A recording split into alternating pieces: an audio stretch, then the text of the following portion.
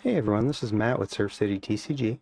If you're new to my channel, I specialize in EDH/Commander content for Bracket 3, top of the line, optimized Commander decks, typically with no infinite combos. That's my specialty. I have something a little different for you today. This is a recording of a coaching session that I did recently. He provided a deck list for me to look at, and then we covered all the topics that you can see on the screen here. And he was kind enough to agree to let me post this online so everyone could benefit from it. So here it is for you in its entirety. If this is something that you would be interested in, you can contact me directly on Discord. My handle there is SurfCityTCG, or the link to my Discord is in the video description and comments below. Alternatively, check out my Patreon for more info on how to book one of these sessions. So without further ado, here it is. Enjoy. First of all, thank you for being a Patreon member, and thank you for signing up for this coaching session. Why don't you just introduce yourself and tell me a little bit about what you've done so far? And you did provide extensive notes, which I think was awesome.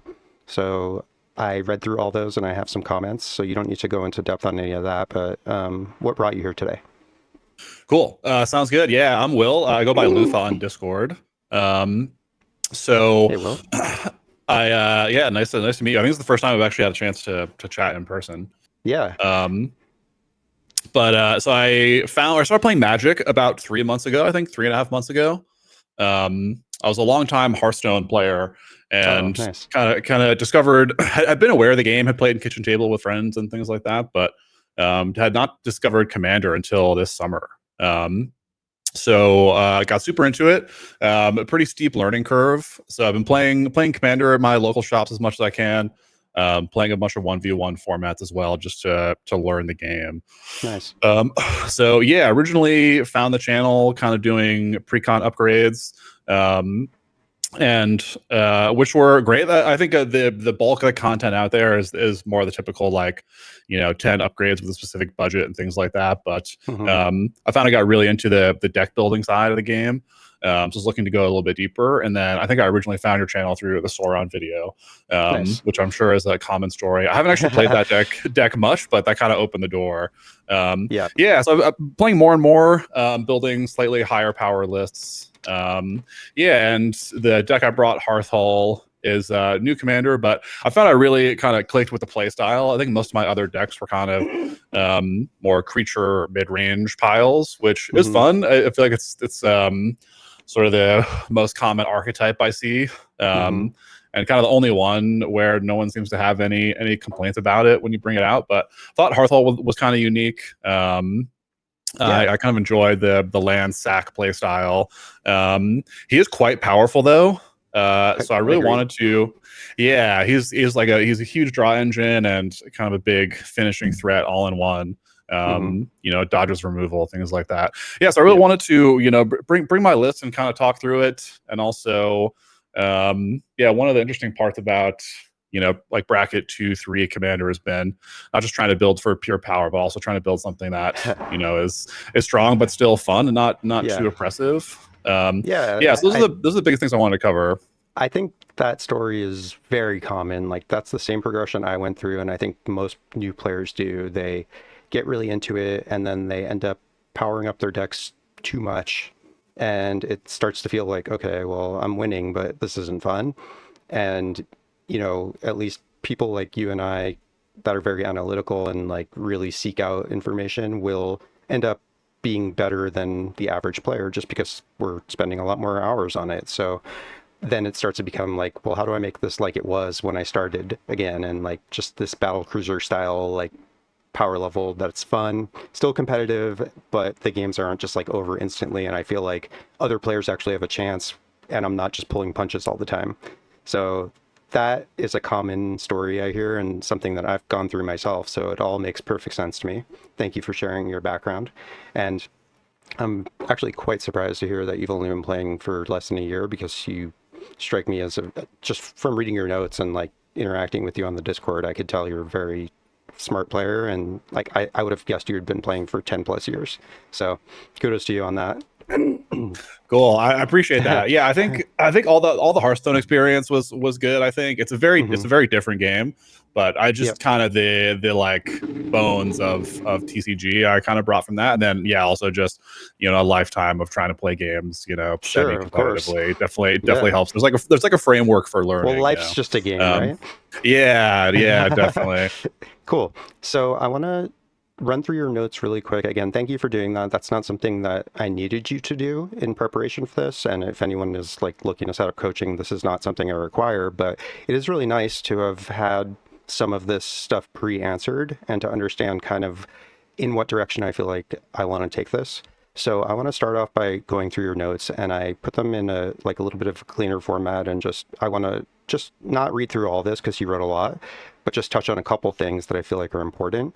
And then I want to jump into a SWOT analysis, which is, I think you said you've seen one of the other coaching videos I posted, but this is an analysis of the commander based on it's an acronym: strengths, weaknesses, opportunities, and threats.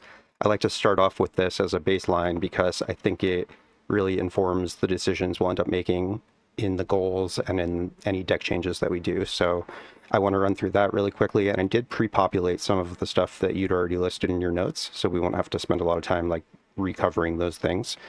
And then I do want to talk about goal setting. And what I mean by that is like, what do we want, what does a game with this commander want to look like? Like, we don't need to know the exact specifics, but I want to have a feel for like what a good draw is and like what do our early turns look like if things are going smoothly. Obviously, we won't know what opponents are going to do, and we want to be able to plan for those things, but it's good to at least have a guideline of like, if I'm playing solitaire because no one's having any interaction, what does a perfect like curve look at, like, for example? And then deck building template, we'll probably skip over this or maybe just very briefly touch on it. Category review, I do want to spend a little bit of time on this, looking at both the categories that, so I saw that you had categorized some things in Moxfield, which I think is great. I don't know if we'll have time to get super in depth with that, so I might just go over the way I've categorized things and where I feel like the holes are based on that.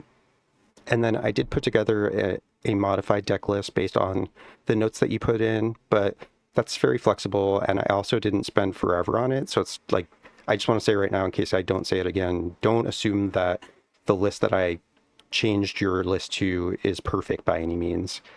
It's got some changes based on the things we'll discuss, but everything is subject to change, and like I end up tinkering with my decks constantly. Like the number of decks where I feel like, okay, this is perfect and I don't want to change anything except when new stuff comes out is slim to none. Maybe I have like one deck where I don't change anything, and it might be my Sauron deck. But typically, after every game, I feel like, okay, I've learned something new, and I might want to make some changes based on that. So, yeah, just wanted to set that down as a baseline. And then review. So I want to look over the changes in my modified deck list versus your original. And then I want to spend the bulk of the time or the majority of the time doing Mulligan practice.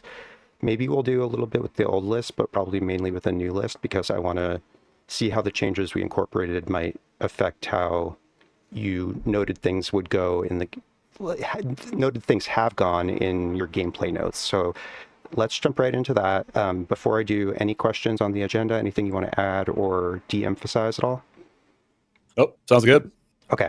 And I want to just say right now, like, I'm going to try really hard to keep us moving along, but I don't want you to ever feel like you can't interrupt me. Like, I talk constantly, so like it's going to be hard to get a word in edgewise potentially. So just feel free to interrupt anytime to ask questions. This is your session, so I want it to be like what you want it to be. So just wanted to put that out there. But I am going to try to keep us moving along quickly because I tend to go long and I want to make sure we get everything in. Okay, so on your notes, I'm just going to skim through this, and if you feel like there's anything that you want to emphasize, let me know. But otherwise, I have just a couple questions, and I only wrote down one, but I think I have a couple others. So this all makes sense to me, your goals, and this, and the budget, and the bracket, all that. We can make all that work, no problem. Can you explain what you meant by this one here, where you said landfall group slug plant? Actually, sorry, let me just stop you real quick before you answer that. Let's talk about what the commander does, just for people watching. So this is a 4-mana commander. It's a spacecraft, which is a new card type from Edge of Eternities. It's kind of like a vehicle, but it the crewing, so to speak, is called stationing, and it adds charge counters instead of like activating it just for one turn. So then it gains these abilities as it reaches that many number of charge counters on it. So you do have to tap a 2-power creature to get this first ability, and it's not a creature until you hit this last ability, which is at 8 charge counters. And he allows you to sack land to play an additional land that turn, which really doesn't net you any mana positivity because you're down 1 land and then up 2. But obviously we can play ways to make it so that those extra land drops actually do something for us. And then at 8, it's a 6/7 flying vigilance haste, which is great for a commander. That also says whenever you sack a land, each opponent loses 2. And he's got a way to sack land right on him. But obviously we're going to be playing other ways to sack land that can potentially finish the table with that second ability. All right, so now that we've gone over that, back to the question I had. You said the landfall group slugs plan is weak to board wipes early mid-game. So what do you mean by that? And yeah, go ahead. Yeah, I think I wrote this directly after playing a game where I had something like this happen. So just generally, the like play style I think I resonated most with the deck was adding some of these landfall pinger effects like Tanuk Memorial Ensign from Edge of Eternities, and just other sort of, deal 1 damage to everyone or Sabotender and yeah, exactly. Sabotender's in there. There's a couple artifacts, retreat to Hydra or Higra, Valakut Exploration. Yeah, Vine Lasher is another good one. To really, I think I like the idea of finishing games in big splashy turns, and a lot of the more powerful Hearthhull decks kind of lean into his combo nature. So I wanted to still retain the ability to have kind of big flashy wins for super late game, but make it more of kind of like a grindy mid-range deck. So that's where the landfall group slug thing comes in. So just to make sure I understand, so the game that prompted you to write this, maybe you had these 3 or some combination of these 3 creature effect ones and a board wipe hit, and then you felt like, okay, well, I lost all my gas because I lost 2 or 3 of these. Is that what happened? Yeah, exactly. I think it was an Elish Norn. So I had, Vine Lasher. I also had Iridia, which is another really strong card in this deck where you can discard and draw on landfall. So I had a couple early draws, had some ramp, and then lost those pieces, and then kind of was unable to recover. This was against that Enchantress deck that I mentioned. So I sort of lost those pieces, and then there was nothing in my deck or the other players' decks that could recover the game at that point. So that might play into this plan a bit. But yeah, just the idea that like my sort of mid-game plan, was very, very disrupted. Okay, cool. Understood. That makes sense. Thanks for elaborating. I think the rest of this is all pretty clear, so I'm just going to skip over this stuff unless there's anything you wanted to add or mention with regard to any of these notes. But I've copied out all of the pros and cons into the SWOT analysis, so I think we should just jump right into that. But any questions before we go on? Yeah, that sounds good. Yeah, that was my thought. We'll probably get into a lot of this, in the next sections. And we may look back on this too, so it's all here, and I'll be sharing this document with you afterwards, so you'll have a copy of all of this, and you don't need to worry about taking notes because you'll have access to the video and all of that, but yep. Sure. Okay, so here's the SWOT analysis. Again, SWOT stands for strengths, weaknesses, opportunities, threats.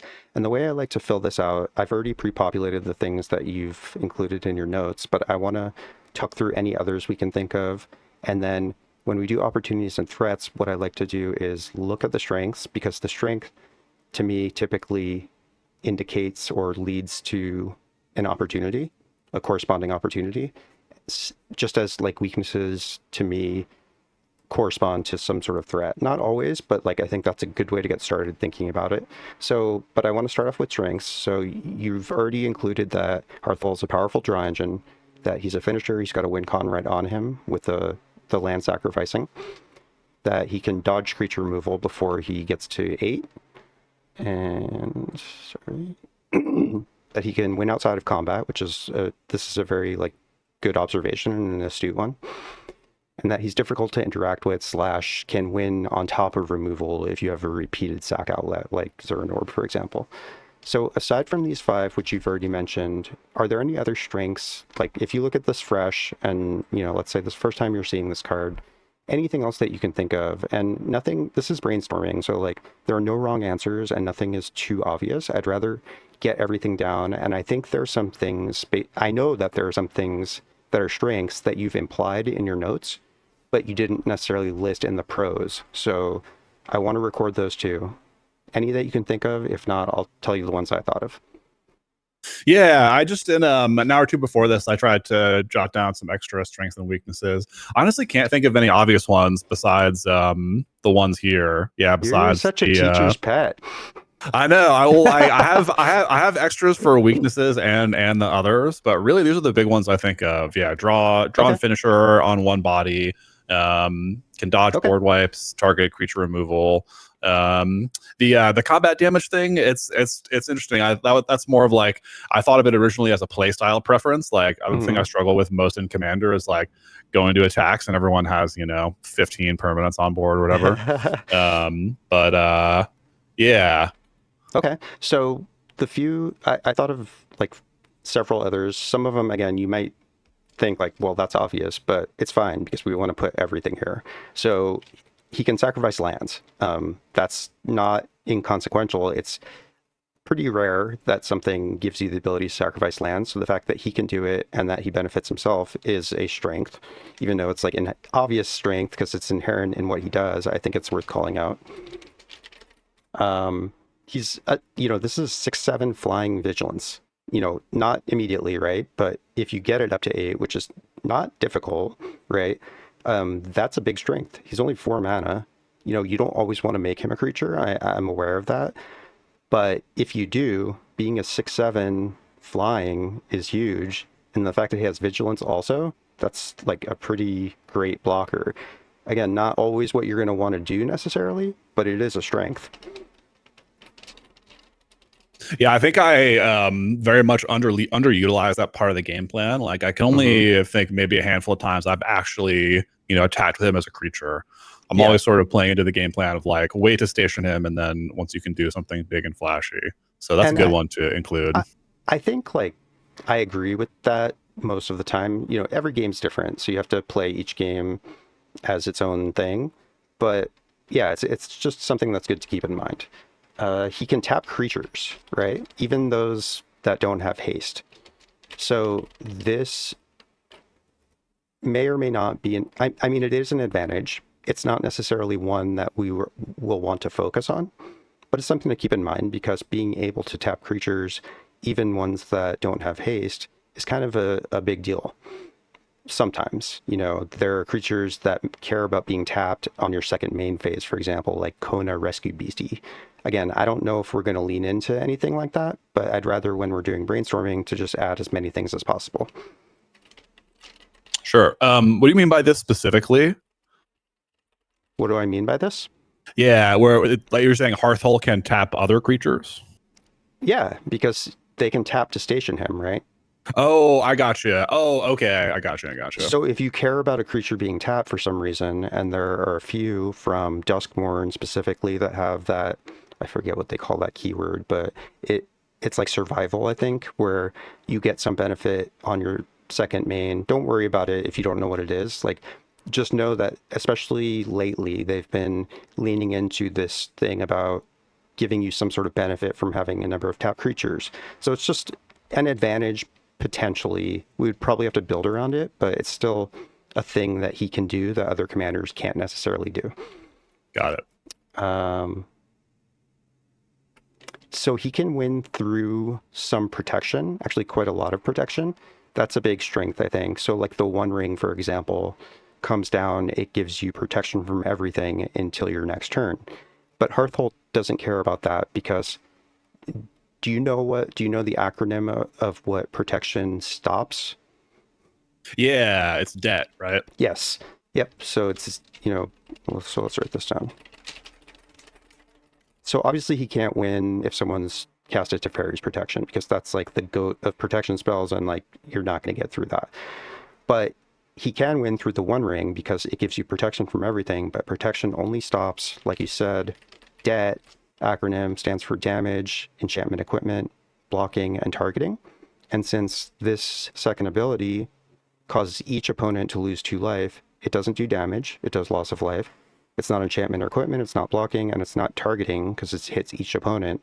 So this will pierce through the One Ring's protection. So this is a powerful strength. And what else? So additional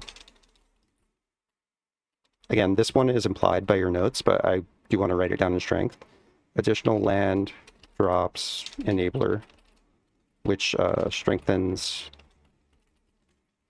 landfall. Okay, so those are all the ones I could think of that we didn't previously list. Nothing super major, except for I think that it's a 6/7 flying vigilance. That's, you know, not inconsequential at all. That means if you can boost its power by just 1 point, it becomes a 3-shot like commander damage threat, which is definitely something that you might want to use now and then. All right, weaknesses. So you mentioned that heavy on game action shuffling, which is definitely a weakness. Like, you know, some people won't even play fetch lands, don't even want fetch lands because of this. And I think it's not necessarily one that there's a super easy answer to, except that you just need to practice. And I have a video, I don't know if you've seen it, on how to shuffle a double sleeves commander deck. And if you don't double sleeve, that's fine. It's still going to help you. It's just like a technique based video. Let me just, I think I have it open. Yeah. So I'll drop you the link, but I'd recommend checking this out. And I'm not going to play right now. I'll just show you, like, I'll have it run a little bit while we're talking about it. But I think practicing will make you feel better about this. And it starts to become like second nature once you get accustomed to it. So I think practice, and, you know, the more you play this deck, the more you're going to practice naturally. But practicing beforehand and like making sure your sleeves are clean and are new and stuff, all that's going to help. Cool. All right. Yeah, one thing, sometimes, you know, like if you really get going, you know, you can play like fetch lands over and over from the graveyard. One thing I'll sometimes ask is to shortcut. Unless, I'm not sure if there are any effects in the list I gave you where it would really affect that. Maybe things like Valakut Exploration. But sometimes I'll just ask, like, hey, do you want me to just like play all 3 fetches and then fetch all 3 and shuffle once, something like that? Yeah, that's cool. I mean, I think in a casual game that makes total sense. But I'd say just, you know, practice and then it won't be an issue. Yeah. Can draw some hate because people are aware of the potential to win. Definitely something I experienced when I played Hearthhull, so understood.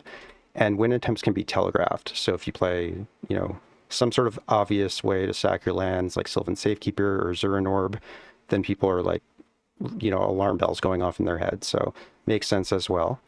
Any other weaknesses you can think of? I have a couple games from the last week or two. I think, would you say weaknesses, is it more towards just Hearthhull as a strategy or my list specifically, or both? I would say Hearthhull just himself as a commander, just the commander. So not knowing, like, let's say, again, you're just looking at this as a fresh commander. You've never seen it before. You've never built it. You don't have any gameplay. What do you think when you see this? Like, what's a weakness? So if one, you can't think I of any, found, that's cool too. Go ahead. Sorry. I have a couple more. No, it's okay. Where it's with poor draws, I think, or poor mulligans, or some combination of the two. The deck can feel a little bit anemic without a way to replace sacrifice lands. So, like, if you don't draw into a Crucible effect, for example, or like kept greedy hand, or just not drawing lands to replace, like not being able to use Hearthhull's first ability consistently, kind of the deck can feel like it kind of grinds itself to a halt. Okay. The other big one, it is a pretty commander reliant game plan. So yeah, if you're, you know, at a table where people recognize the threat and people have you know, an artifact non-creature removal, it can be tough to kind of if 3 people are able to point their removal at Hearthhull, it can be difficult to keep him on the board, keep drawing cards, and, you know, build to a place where you can sack a bunch of lands and use his second ability. Okay. I mean, this one, I'll write it, but like this, is there a commander for which this is not true? Yeah, that's a good point. I mean, none of the decks I play are like non-commander reliant. So, okay, yeah. So the fact that it's reliant on the commander emphasizes the second point, which is that if it's removed repeatedly, it can be tough to win. Okay. All right. Anything else? And then this one, reason I asked earlier, this one might be specific to my list, but it can be, especially if you have a slow start, it can be a little bit weak to aggro. The version I run doesn't have a strong board presence, especially early. So I've played in a few pods recently with pretty fast decks, and they kind of are able to threat assess. Even if I don't really have much going on, they kind of know if they leave me alone for long enough that I'll find something to do. So yeah, just generally weak to aggro. Yep. That's definitely one I had written down. So good call. Anything else? I think that's it for me. Yeah, that on top of the ones I had from earlier. Good. So I only had a couple more. One is graveyard hate can get us pretty good, right? Because we are sacking lands and we're able to play replacement lands. You mentioned that if you don't draw enough land, then you're not moving anywhere, right? You went down one. If you go up one only, then you're kind of net neutral. Is that any better than just playing a single land without sacking a land on your turn? Not really, right? You drew 2 other cards, so that's obviously going to help. But if they get your graveyard, and we're really relying on having our graveyard intact, so we can play a Lumra or play an Aftermath Analyst or some kind of effect like that, which I label those as restoration. That's just the keyword I use. Restoration effects like reanimation, but for land. Start to become a lot weaker. So graveyard hate gets us, stops restoration effects. And thankfully, most people don't play any or enough graveyard hate, so it's not one that you'll run into all the time. But when you do, you're gonna know it and you're gonna feel it. So his tap ability, weak to aggro, definitely. To add to this a little bit, I think his tap ability, first of all, it negates him having vigilance, right? So if you do have him as a creature, which again, you're not always going to do that or even often, but if you do because you need a blocker, then his tap ability makes it so that you can't really use it very effectively, because you're either wanting to tap him on your turn so you can play the additional land, or if you want to keep him back as a blocker, then you don't get the benefit of using the additional land, because you can use his ability at instant speed, right? But if you use it right before your turn, then you don't get to play the extra land. So I think it's got this inherent non-bow to it. Does that make sense? It does, yeah. Okay.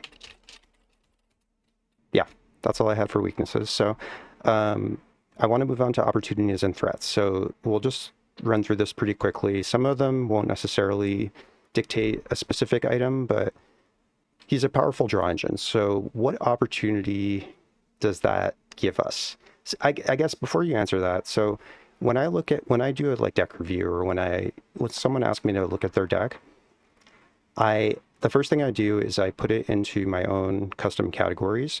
And then there are several categories I'm going to end up looking at, but the 3 primary ones, the ones that I'll look at no matter what the deck is, and the ones I will tend to look at first, are removal, draw, and mana.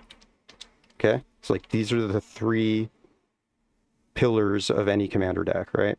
So given that these 3 things are all important no matter what the commander is that you're playing, what does the fact that Hearthhull is a powerful draw engine, what opportunity does that give us, do you think?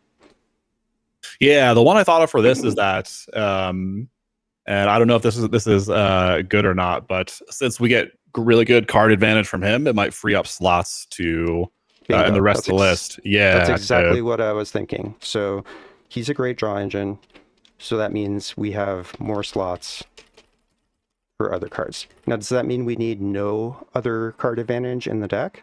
Probably not, but it definitely means we don't need as much, because we know our commander can at least do a little bit of that heavy lifting. So definitely what I was thinking. Okay, so he's a finisher / win con on the commander. So I guess if we were to add one other thing, it's that we need a way to win, right?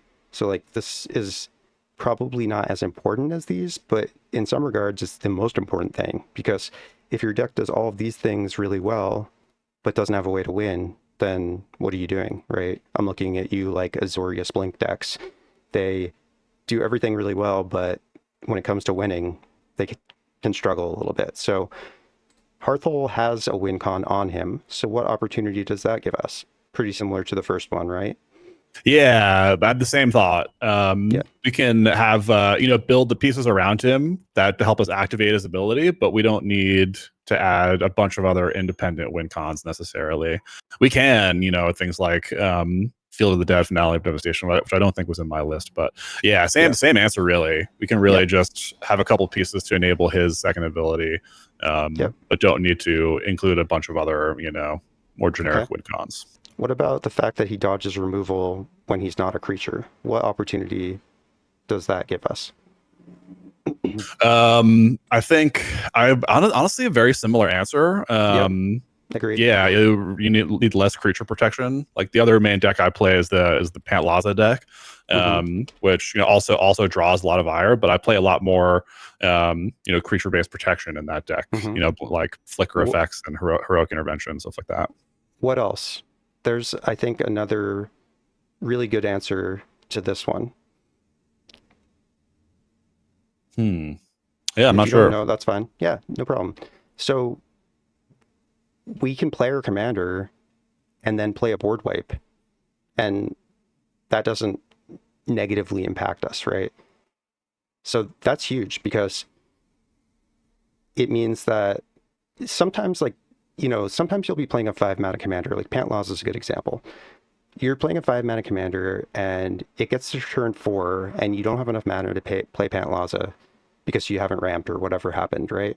And you've got a board wipe in hand that you could play right now, and it would be the perfect time to play it because it's right before you want to play your commander, but there's just nothing good on the board and you're like, well, I don't want a board wipe right now, right? It doesn't make sense. And then it gets to the following turn, and now it is starting to get a little bit more like a situation that makes sense to board wipe, but not quite. So you're like, okay, well, I just play my commander here.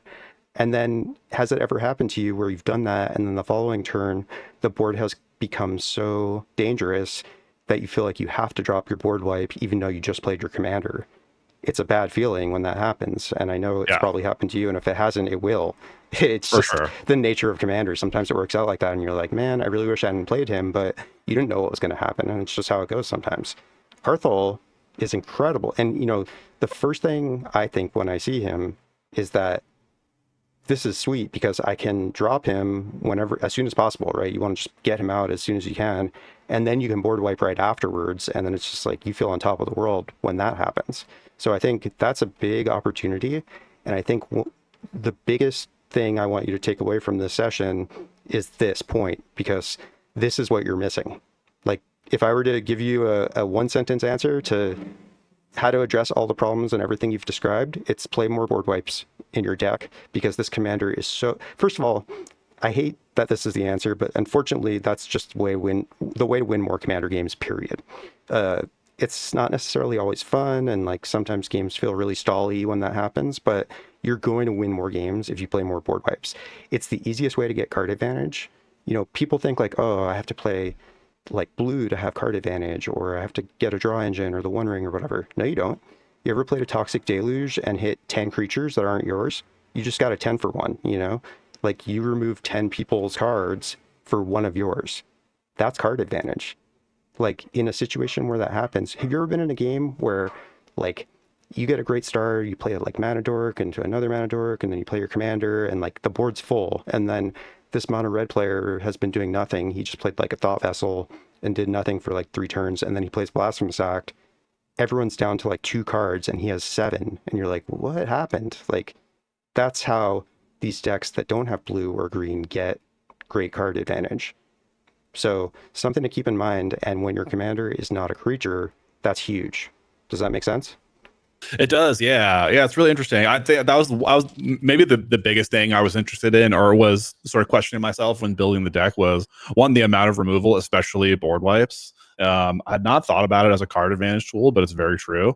I think I think we'll talk about this more later, but in my mind, it was more of like, it's okay for this deck to sort of get its engine online, not necessarily fight for a board position for a while. And then, have a big finishing turn. So board wipes do play into that plan, but in my mind, I was happy to let other players sort of use their interaction. But in reality, what happens is, if I'm not playing something like Glacial Chasm, Sure. But I like, since I'm not fighting for board position, I'll just like die on board before I can kind of get my plan online. Yep. So more board wipes is absolutely would have been an answer to a lot of those problems. Okay. So when outside of combat, there's not really that much to be gleaned from that, I don't think. Difficult to interact with, can win on top of removal. Let me know if you have any related to these, but I don't think there are really any in particular for these two. Maybe we could think of something, but not a big deal. Can sack lands. This is sort of the same as the first couple. We need less ways to sack lands, but I think we still need them. So I wouldn't even want to list that as an opportunity. So the 6/7 flying vigilance part, this, like I mentioned earlier, could mean like +1 power can mean 3 hit lethal. And on a flyer, that's something. This is not a formula. Whoops. Can tap creatures. So the opportunity related to this, like I was mentioning, is we can look at some of these, but I don't think we're really going to lean into this angle. It's still something to think about in the future, though, especially if they come out with another set like Duskmourn that supports this kind of mechanic. Right. Can win through protection. That doesn't really, like, it's a good thing, but it doesn't yield any opportunities, I don't think. It strengthens landfall. So, like, play landfall. Easy. Any other opportunities that you think of? And we're going to probably come back to this when we look through weaknesses, but anything off the top of your head that we feel like should be added here? No, it looks good to me. Okay, cool. And I want to try to move along a little bit more quickly because it's been a while. Heavy on game actions, I talked about this. So the threat here is that, I guess, you get like anxious, stressed. Because Yeah, this is more of like a metagame concern, especially as a relatively new player as well. So well, yeah, like, yeah, and stuff like that, metagame concerns, psychological concerns, incredibly important, not only for your enjoyment of the game, but for your ability to win. Because, first of all, like, I don't know about you, but I feel like I win more and I play better when I'm having fun. Even though, like, I might make some mistakes, or everyone makes mistakes, first of all. Like, so I haven't gotten the impression, or nor do I feel like you're necessarily the type of person who like gets too bogged down in making mistakes. But if you do, since you're new to Magic, like, don't, because I've never played a game of Magic where I feel like I didn't make a mistake. It's hard. It's extremely hard, right? There are 1,000 little micro decisions, any of which could randomly be extremely important to the outcome of the game. So if you get bogged down on one little thing, like, that's not going to be beneficial to you. Should you learn from it? Sure, absolutely. And like, take some corrective action. If you forget to like do something on your upkeep, it's funny, like, you're new. So are you familiar with like the Pact of spells, like Pact of Negation? Do you know what that is? yeah. Mm-hmm.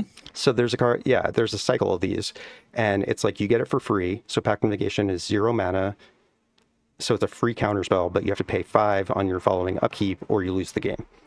It used to be that in tournaments, if you missed that trigger and you like drew for turn, you'd get an instant game loss.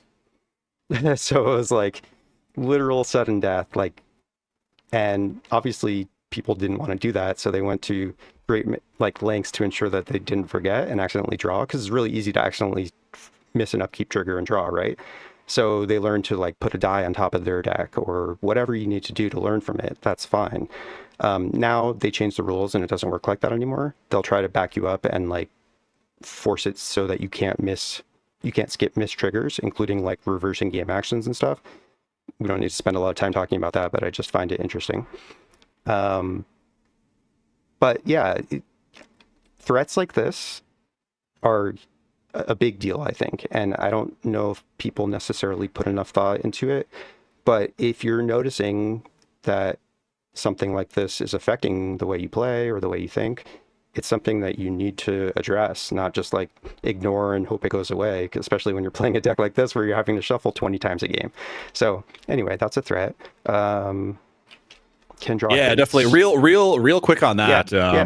I do think it's important, especially playing, quote casual commander, but you know what I mean, just like not fully optimized decks. Sure.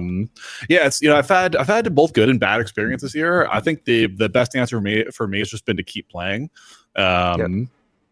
So it's kind of fed into my deck building goals as well, where I'm trying to balance.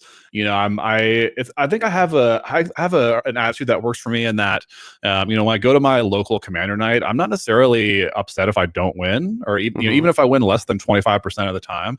I really just want to have fun with the deck building process and play my deck and have everyone have a good time. But also trying to balance that with not like it's just giving up on the idea that you can please everyone. I think every deck I've played, someone has complained about something before, and it's always a different person. It's like last night I played against someone who absolutely hated Hearthhull as a commander, and was just like complaining constantly. I think I scooped after a couple games, but in those games it just get like hated out instantly. So things like that, where it's like I think I would rather just kind of unapologetically play the deck if someone is really just kind of miserable. Someone's kind of miserable to play with. I'm happy to hear you say that, because life's full of shitty people, and Magic maybe even more so. I mean, I'd say lately, like, it's better than it's ever been, like, in terms of the quality of the average player and the, attitude and everything.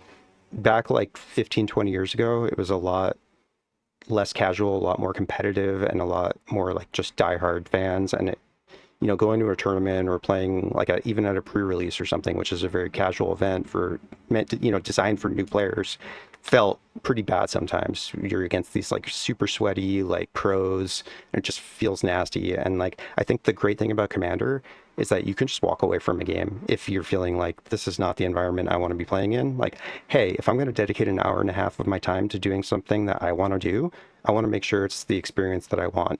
Now you have to balance that with the fact that like you can't expect the perfect like pod every single time. So I don't know. I agree with you, and it's hard to balance these things, but it sounds like you've got a good head on your shoulders in terms of like understanding when to just ignore the assault and the toxicity and like just play on. Yeah, definitely. We can keep moving. I did want to mention that though, and that it's been probably the most interesting part of my journey so far is dealing with the kind of learning kind of the unwritten rules and etiquette, but also dealing with problematic players and how to balance. I want to build the deck that's strong and synergistic, but not oppressive, but also not like power down too much to appease people who will just never be appeased.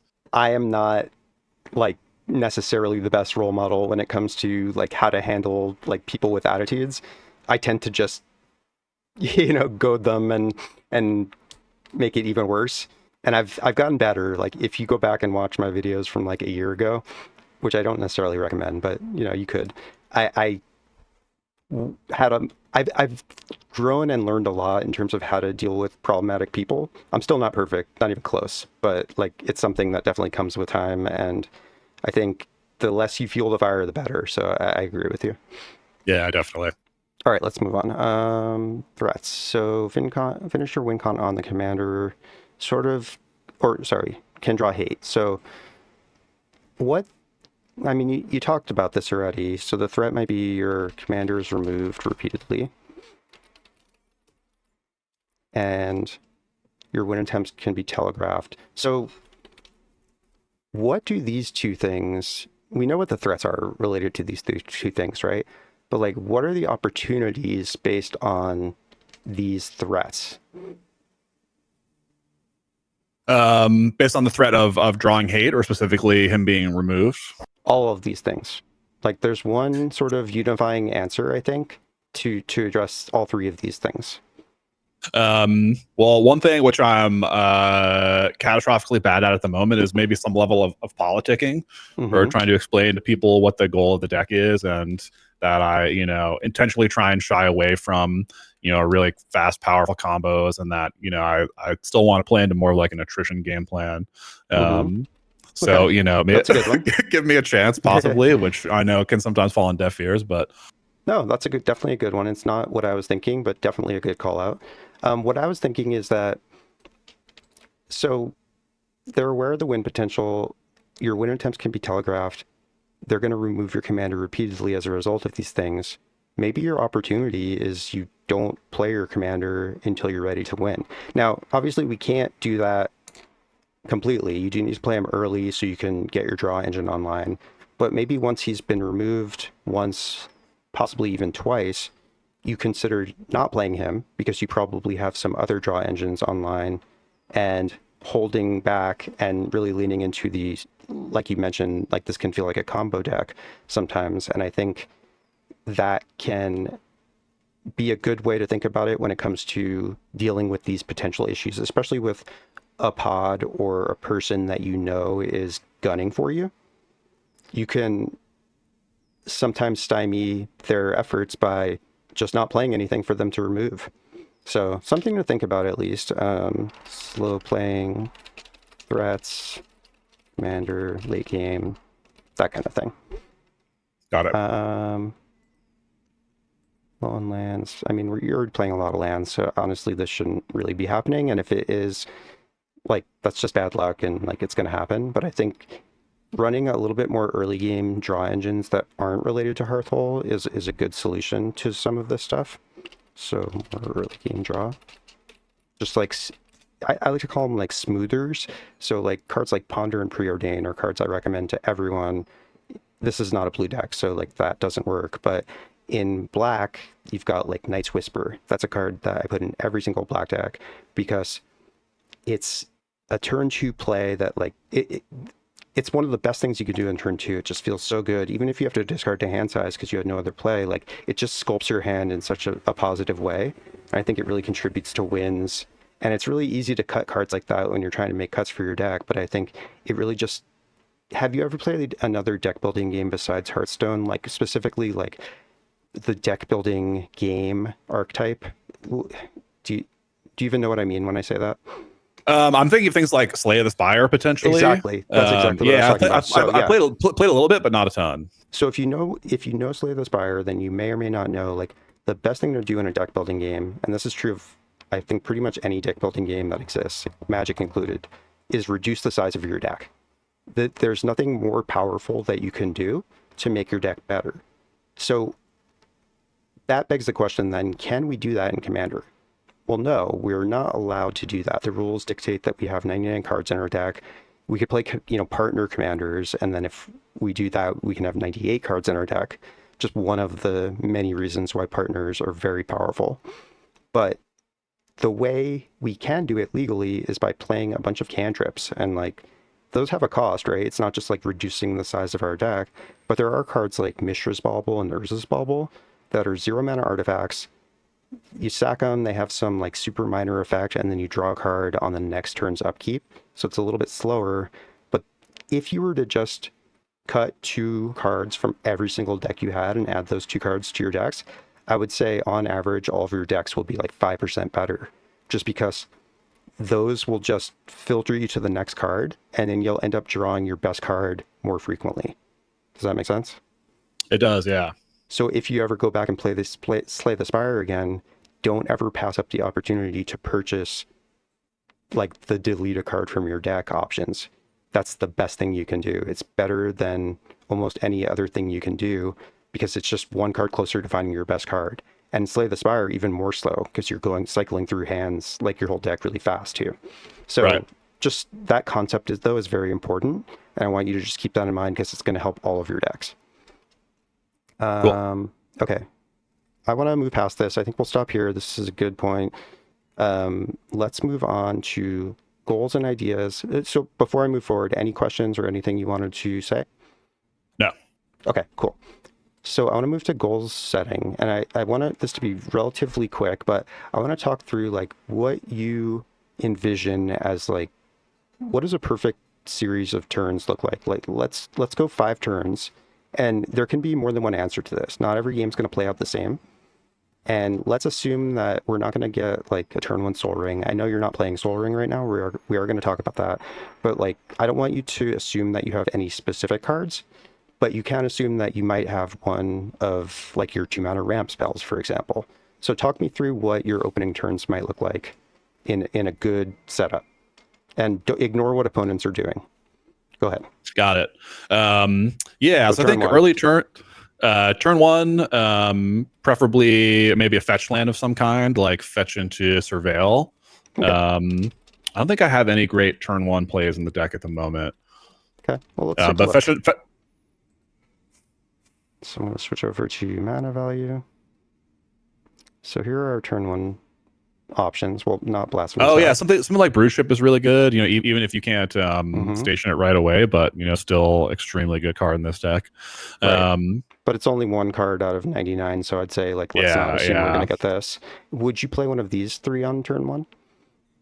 Maybe Orcish Lumberjack's tough. You don't really have an engine. Maybe if you could ramp into something. I've never actually hit this card this early, but I suppose that's what it's there for. Okay. I don't know if I would sack a land on turn one.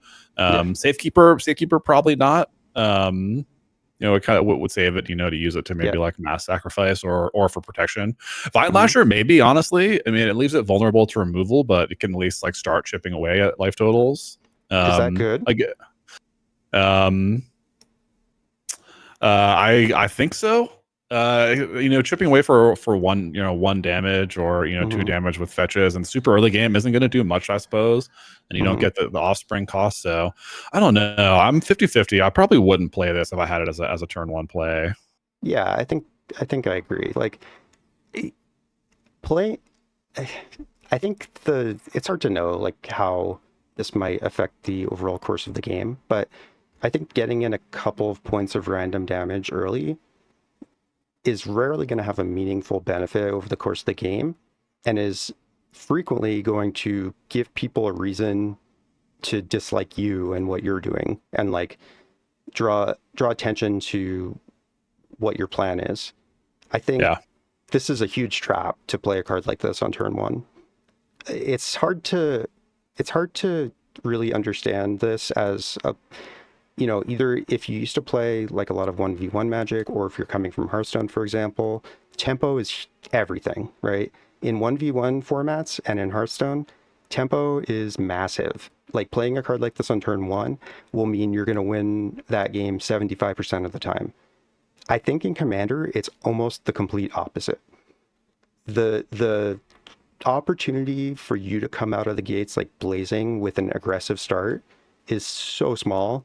You have 120 life hit points of opponents to get through. And what this will do is either like cause someone to remove it, or maybe like they won't give you card draw when they would have, or like who knows, like it could have so many repercussions. So I think, yeah, don't even bother with something like, in fact, you know, spoiler alert, I'm just going to recommend that this card be cut entirely along with the other landfall pingers, but we'll talk more about that in a bit. Okay. So let's forget that, like playing a turn one play. Let's just keep going. So you fetch into Surveil, sure. Like, don't worry about the specific lands you're playing. Like, it's not as big a deal. So turn two, what's happening? Turn two, ideally a ramp piece of some kind. I think there are a couple. I definitely know there are a couple 2-mana like Farseek, 3 visits type effects in the deck. Ideally, get out an additional land effect of some kind. So like Azusa. So on turn three, the perfect play is like another additional land enabler. Don't we? So how much mana do we have access to at this point? Assuming we're going to assume we hit our land drops. Yeah. So Hello, I lost you. Can you hear me? I can hear you now. Yeah. Okay. Yeah, maybe it might have been my push to talk. Yeah. So I guess it depends on what else I would have in my hand, but the engine I'm trying to set up, is additional land effects and preferably like a crucible effect of some kind. What about playing your commander right now? You have 4 mana available.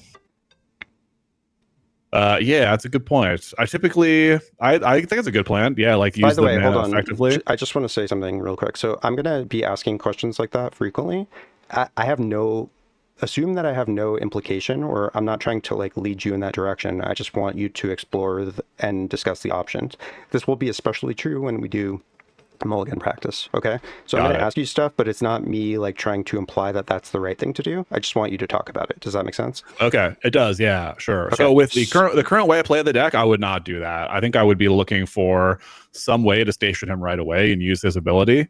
In my mind, maybe it's just being afraid of running him out and making him vulnerable to removal before I can get some value out of him. Has that happened frequently? That seems Uh, like the number of times I see someone remove an artifact on turn 3, like it never happens. You know, people are like wanting to ramp or wanting to play their commander. So like for them to like bust out a generous gift here seems, if that's happening, then it would tell me that they really know that you're a threat. Like when I play my Glarb deck, it's so infamous in my pod or at my LGS now that people will kill on sight my 3 mana commander. But I'd say in general, like if that happened to you once, I wouldn't assume that was the norm. That would be extremely unusual, I would say. yeah, to be fair, that has not happened yet. So I think it's still a Okay. hypothetical fear. Okay, so definitely don't be scared of things that haven't happened. This is a Okay. mistake I see a lot of new players make, especially when it comes to like sending an attack. Like, you know, a lot of times when I'm with playing with newer players, and I don't know if you do this, but like, I'll they'll pass the turn and I'll be like, well, why didn't you attack? You had a free. You know, sometimes they're playing an aggro deck. Like, let's say it's a Mardu deck, like Ishin Two Heavens as one. That's just like this deck's gonna win by hitting people in the face, and then they don't send in a free attack when they have one. And I'm like, why didn't you do that? And they're like, well, I wanted to like make sure I had blockers or make sure whatever. Like, you know, the big level up you'll have in playing Magic is like, you know, if it happens, it happens. I would rather you build your deck around like being able to be redundant than, you know, and if it's a fragile piece that, you know, it's hard to balance this stuff, right? So like when and when not to do this, but we're playing an artifact commander. I think we want to lean into that benefit and play him as soon as possible. Now, I agree with you in that playing him right now doesn't necessarily have any huge impact, right? Because we can't activate him right away, not only because we don't have the 1 mana to do it, but also because we don't have the 2 charge counters from stationing him. But maybe, and again, I'm not necessarily implying that this is true, but is it possible that the fact that both of those things are not true means that it is worth just getting it out of the way and playing it now versus... So I guess like we're talking about the perfect curve out. So what you said was Azusa into like maybe 1 to 2 more land drops or something, right? Is this what Yeah. you were getting at? And then, so let's just, before I divert you, let's go through this path. So how many cards have we played here? 1, 2, 3, 4, 5, 6 to 7, right? And we've drawn 7, 8, 9, 10. So in this scenario, at this point, we've drawn our 11th card here, which means we've got 4 to 5 cards in hand. Okay, so what are we doing on this turn? So let's just say we played 2 land drops with Azusa. Or let's say some other mana dork. I'm just going to say mana dork, but what I mean by that is anything like Azusa or an additional land enabler or anything. Okay? That is going Yeah, to allow you to play definitely. another land or make a mana. So let's say 1 times more mana. Okay, so that means heading Yeah, into thinking this thinking back turn. to sorry, yeah, preferably something with 2 power that can station on turn 4 potentially. Yeah, I let's guess like a itemize Lotus that. Cobra Good or call. Yeah, Lotus Cobra is like the best card in the deck, right? Okay, so 5 cards in hand here, and then access to how much mana? We're going to play a land, or let's go land, 4 cards in hand. So let me just double check this. 1, 2, 3, 4, 5, 6, no, 5, 6, and we've got 7, 8, 9, 10, 11, so 5 cards in hand here. Okay, and then access to 4, 5, 6 mana. Okay, so what are we doing now on this big turn? We've got 6 mana available. Yeah, so I would look to play Hearthhull here and then station him right away and use his first ability. Yeah, so running low on gas, would look to draw cards. Perfect. Okay, good. Yeah. Let's stop there. So this is a great start, right? Like this is what you want to happen in games. True? Yeah. Okay, I agree. This looks great. So let's do another one. And let's talk about playing Hearthhull on turn 3 and what that might look at like instead of this. So I think always your first 2 turns, this is going to be the ideal. So Yeah. that means, you know, what this tells us is like, what are we looking for in Mulligan? Looking for enough lands and some sort of early ramp, preferably 2 2 mana mana ramp spell, ramp. right? Yep. Okay. So turn 3, now let's say instead of this, we're going Hearthhull pass. And we're going to assume he survives. I think if you play 1,000 games with this deck and have this start, he's going to survive 950 out of 1,000 times. Yeah. That's my like complete BS guesstimate. But Okay, that sounds I want you reasonable. to feel that confident in it. And if I'm wrong and you do it and it happens like 6 times in a row, then consider that either I made a mistake or that your pod is targeting you specifically. Right. Okay, so let's say he survives. So what happens on turn 4 in this perfect setup, in this perfect world? We've Play got something that can... 5 Oh, mana, sorry, right? go ahead. Sorry, no, just go ahead. I'm just want to set up the same thing we did here. So 1, 2, 3, 4. We spent 4 cards. Now we've got 8, 9, 10, 11. So we have 7 in hand here, right? And the reason we have so many is we had Hearthhull as our play here, right? So yeah, we would, if we have no plays, we always have 8 cards in hand, right? Play a land down to 7. So wait, did I miscount? We went up to 8, we played a land down to 7. We go up to 8, we played a land down to 7, we played ramp down to 6. Draw up to 7, land down to 6. Hearthhull doesn't affect us, so we're at 6. Okay, so we should have 6 in hand. Okay, so we have 6 in hand and 5 mana available. Okay, so what are we doing here? Yeah, looking to, if possible, play something that can station him. So like a Lotus Cobra. Or really there are a lot of options in the deck. Play 2 power, station him right away, and draw cards. Okay, so in order to achieve this, our 2 power guy would have to cost how much mana? So we have 5 available. So it needs to cost 4 or less, is that right? Maybe we just need one and tap him. Okay, so do me a favor, compare these 2 scenarios. I guess Yeah, like, so let's look at turns 3 and 4. Okay. got it. If you don't know where I'm going with this, I'll talk. Well, I'm just comparing real quick. So you have access to 1 Yeah. more card in hand, 1 less mana available immediately. But we'll also have so we have access to 1 more card and a little bit more flexibility in what we can play. I guess we're a little bit less limited in the enabler for him, or the stationer for him. Exactly what I was thinking. Is like, what is the best creature to station Hearthhull with? Just like, what's the first thing you thought of when I asked this? Don't worry about how much mana it costs. Yep, that's a good one. What else? Any other? Lotus Cobra. Tanuk's also a good one. Is a 2/4. Ice Till. Oh, that's right. Yeah, very very broken card. Best card in the deck, right? Like such a nuts card.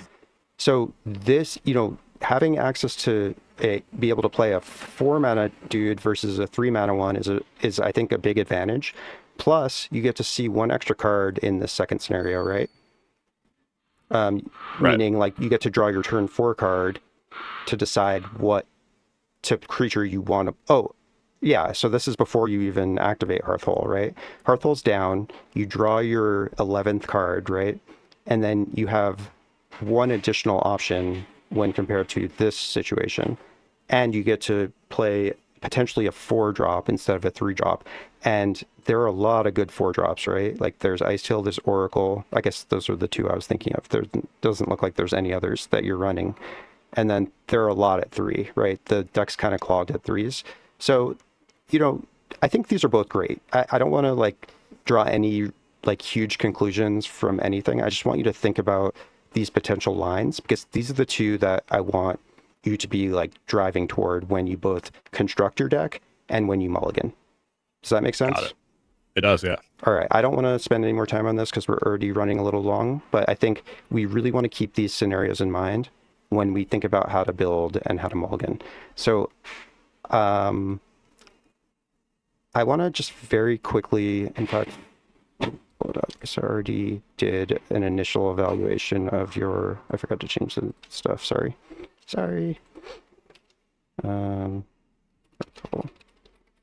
Okay, so these are your stats as they stand currently. I didn't do any of this comparison stuff yet. So a lot of creatures, this is a high number of creatures. I'm not saying this is wrong, but when I see a deck like Hearthhull, again, what I think is like, this commander's not a creature. That to me, that immediately says we can play board wipes and like feel good about it. So my initial thought is like, we get this number down and replace it with a bunch of board wipes.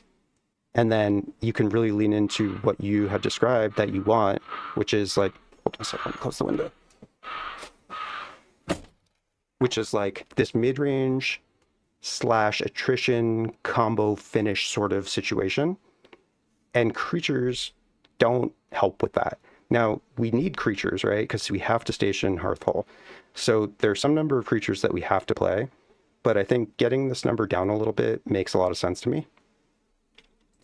Okay.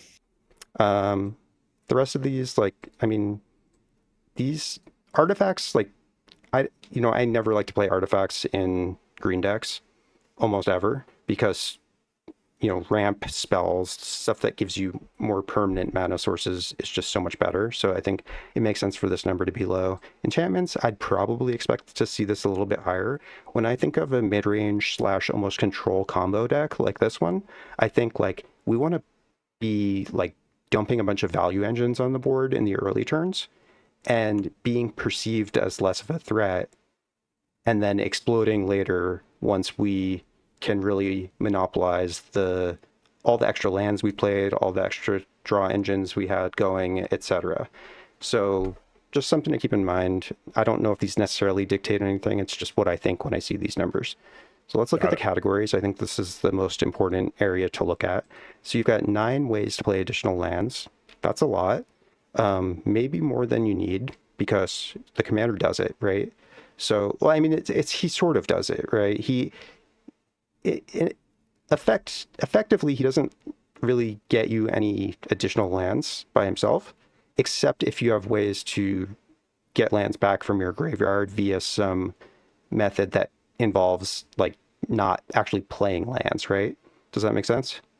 It does, yeah. I think having additional land sources makes sense, especially when you were originally leaning into like the landfall theme and the group slug creatures based on landfall, but I don't know if that is really even necessary. Like, you've got this infinite that you described to me just to deal with potential life gain decks or situations where it's just not feasible to win with Hearthhull's 2 damage thing.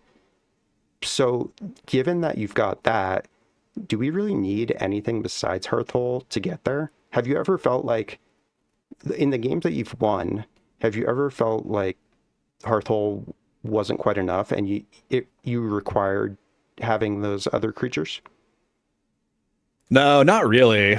Yeah, you sort of chip away at leftables mid game, but yeah, really wins come from just big splashy turns. Like once you've built up enough of a critical mass. Right, and like the times I've played Hearthhull, it felt like pretty easy. It never even felt like, I mean, the times I won, it never felt like, oh, I had barely enough land. It was always like, okay, I can like easily kill all of you, because like either you're sacking all your lands and bringing them all back and then sacking them all again, or people just get low anyway. Like, you don't need to bother group slugging people. In fact, if you don't group slug people, people often will play a little faster and looser with their own life totals, and their life might get low anyway. You know what I mean? So yeah, definitely. Though it's just happened a few times in my game. So I think like playing these extra cards that just do a worse job of what your commander already does, it's just like diluting your deck. That's my opinion. So I think really lean into Hearthhull and don't worry about the fact that, it seems to me that you're really worried that he gets removed, but I don't see that happening. Like, even when I play what I think is a commander that like Y'shtola, the cat commander from Final Fantasy. So yeah, very popular at my local shop. Yeah, exactly. I played that deck probably 10, 15 times maybe. And every time I was thinking like, man, people are just going to start killing this on site, or like killing it repeatedly.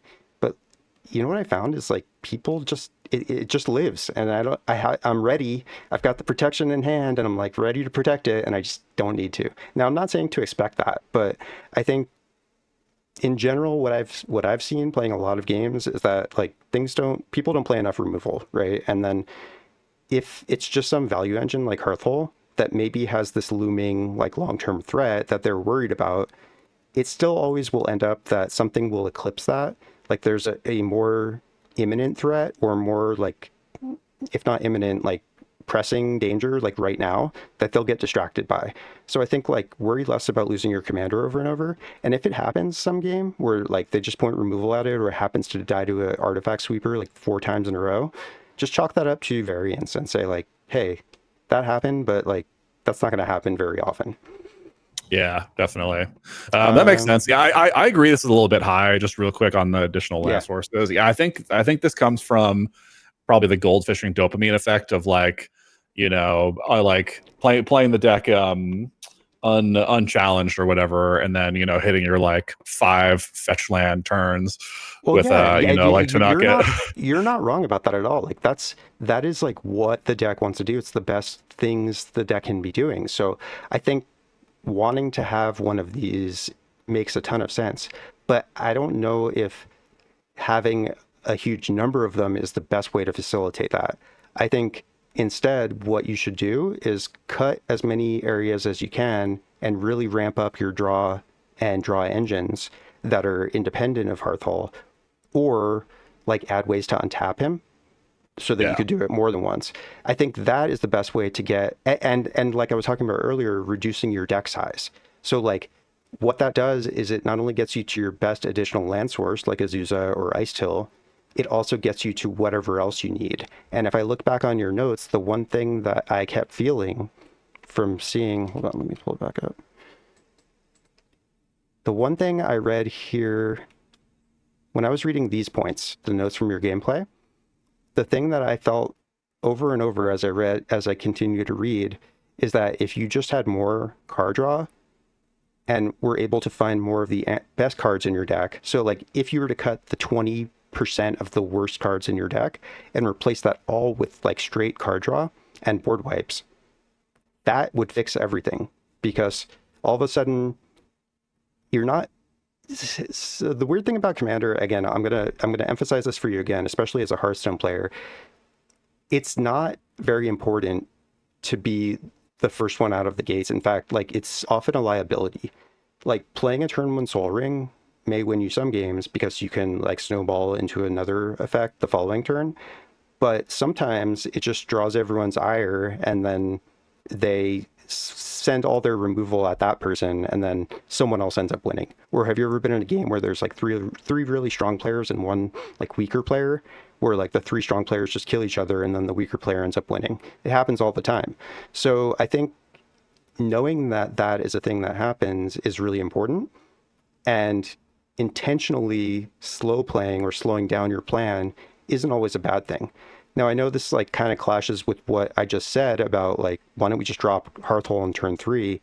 But I think dropping him on turn 3 and then never even like making any apparent attempt to get to the 8 charge counters and involving politics, like you mentioned, is the combination of things that you are missing. So like people are nervous about it because they know like you could pop off and kill everyone. If they say something to that effect, you can say like, oh, like, I just use him. I'm just like, he's just here for a draw engine, like just you don't need to lie to them. Like, I'm not trying to imply that, but like it's all about like psychology and what they're thinking. And, the accelerate the level of acceleration and the aggressiveness of your plays is going to lend to them feeling in such a way. So I think removing the group slug elements is going to be a huge upgrade for your deck, because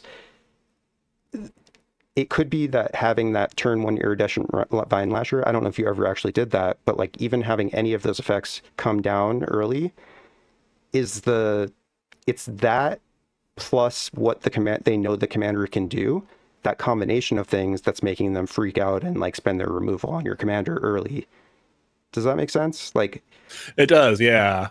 this is all speculation. Like, I'm not in your games. I don't know what they're thinking. You're never going to know if this stuff is true. So it's all like us trying to figure out the mentality of Magic players. But I think whatever you can do to minimize your like apparent threat level, the better, because the way to win at bracket 3 is to ramp more than anyone, and don't appear to be doing anything. Just like, oh, casual, I'm just here playing solitaire, like blah blah blah. Don't worry about it. You know, the more you can make that what you are appearing to be doing, the better. Yeah, no, that makes sense. That scenario has happened before. You know, just getting out early pingers. Yeah. Which eat a bunch of removal, whether it's a board wipe or whatever else. And my games come in a bunch of different flavors. There's either like people who aren't familiar with the commander, and I kind of have to like tell them to point removal in certain places, or send their hate at my graveyard, which is fine. Yeah. The games are more fun that way. The ones like you mentioned, where people start to recognize the threat maybe slowly over time, especially with like the mid game plan that I was going for. And then there's games where I just don't think anything would save me. I think these people just like despise this commander and will do anything to like hate it out of the game. But I would more rather play for that like second scenario I mentioned. Yeah, and if you're in a situation like that where someone's just gonna be a pill to play with the whole time, if you play this commander, maybe just play something else. Like it's not the best answer I can give you, but like sometimes you're not going to be able to change someone's mind, and if it's going to ruin the game for both you and them, like is it even worth it? Just something to think about. I'm not saying if that's like a good answer, but like something to think about. Okay, for sure. We technically only have 10 minutes left. I've been rambling, so I'm fine going over a little bit. Are you okay with that, or do you have a hard cutoff? I don't have a hard cutoff, but I don't want to make you stay extra necessarily. No, don't worry about me. It's really, it's really up to you. I need to get better about staying on task. So I just wanted to make sure that you're okay going over. I'm still going to try to wrap up relatively soon, but like I want to spend a tiny bit of time looking at the difference between my list and yours, at least the small changes I've made. And I definitely want to do mulligan practice because that's going to be the most important thing, I think. So anything real quick before I just compare your list to mine? No, let's go for it. And really, however much time you want to spend, I'm fine to cut it early as well if you need to. Okay, cool. Or condense any sections. Okay, so I threw this together relatively quickly. So I'm not saying this is perfect. I also have a Hearthhull list. I don't know if you've looked at it already. It is a lot like more higher powered, and it's not what you want, but it might at least give you an idea of like the ratios that you're looking for and what really works from that perspective. So I'll make sure to send you that link with the notes. Got it. I have looked at that list. Yeah, I used it.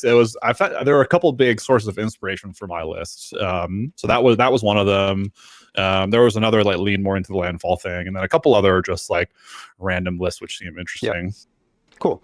So again, I don't want you to assume this is perfect, and I put some cards on the sideboard that are very pricey, but I think are extremely good in the deck. So none of these are required by any means, but if you're looking to make upgrades, I know you said you might like budget $100 or something. I'd look at these cards first, and I have this updated to cheapest. So I think the single most impactful cards you could add if you just want to make the deck stronger are Glacial Chasm, as you called out. I wouldn't add this though, because I think you're right to assume that this is like a little too high powered for most games. And a lot of times if you get this out and no one has a way to deal with it, it just doesn't feel good. Even if you're winning because of it, like it's not necessarily the way you want to win.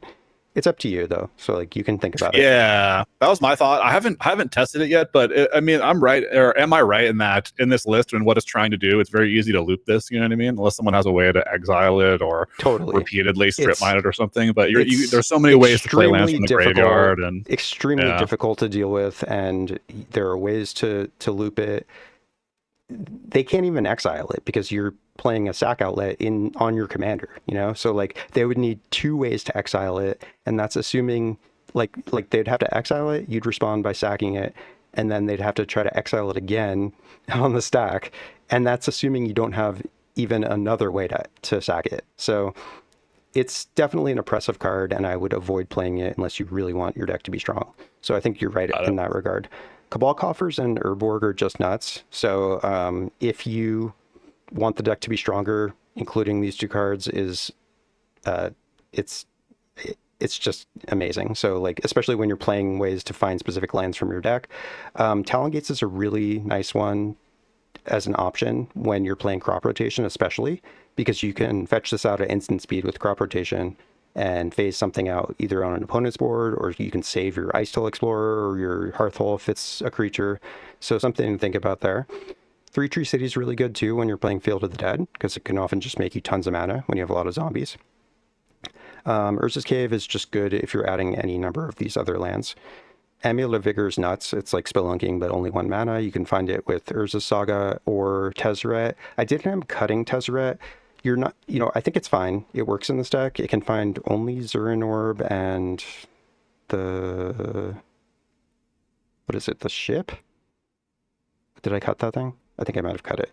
So if you want to keep Tezzeret, definitely play Sol Ring. Like, there's no world. First of all, I think, to be clear, I think if you want the deck to be good, the best, you should play Sol Ring anyway. I don't think there's really a deck out there that shouldn't be playing Sol Ring. Even if your commander costs like a single colored pip or 2 colored pips, it's going to be worth it, because if you play a Sol Ring on turn 1 and then play a Skyshot Claim on turn 2, you're never losing that game. You're now up 4 mana every single turn on everyone, and it's just disgusting.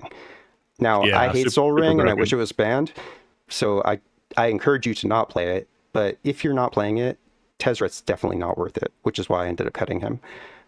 If you want to play Tezzeret, then add in Sol Ring. I would also add, like, probably one other thing to find. You could add back the Exploration Brood Ship. I don't really like that card. I think, like, it competes with what you want to be doing, right?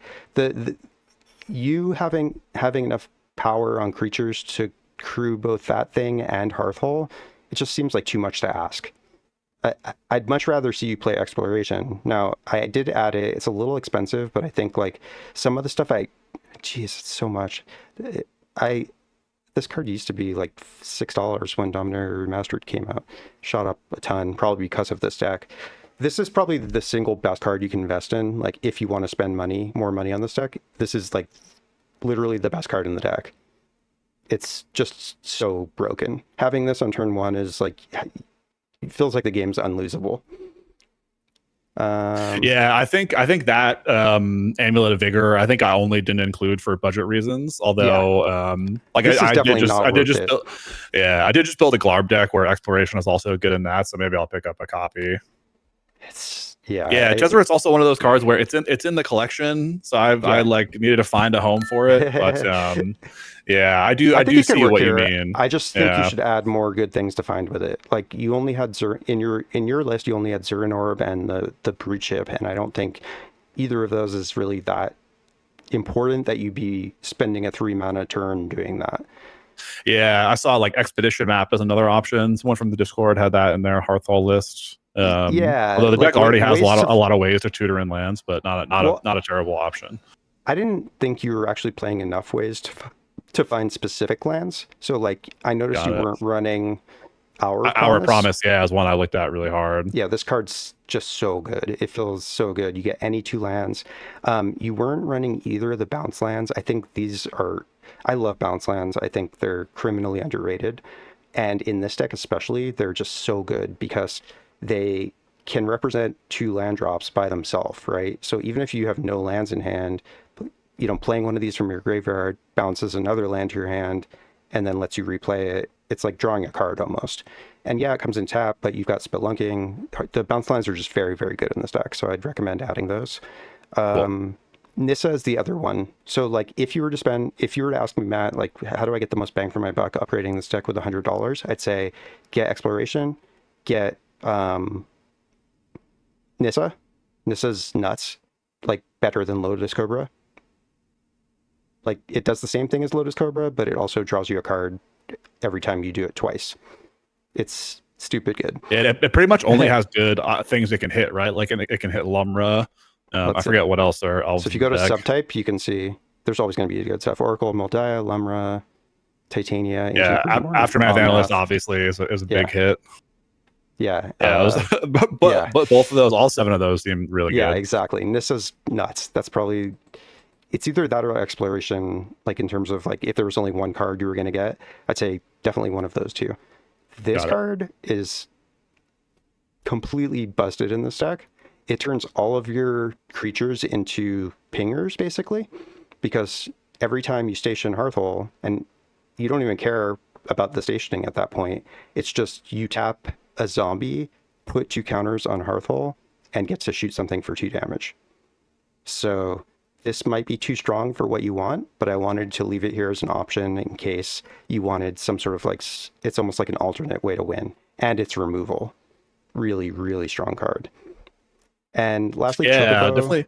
That's right. Dear Chocobo. Chocobo's really good, and it's going to get cheap. It might be like a good time to buy it very soon.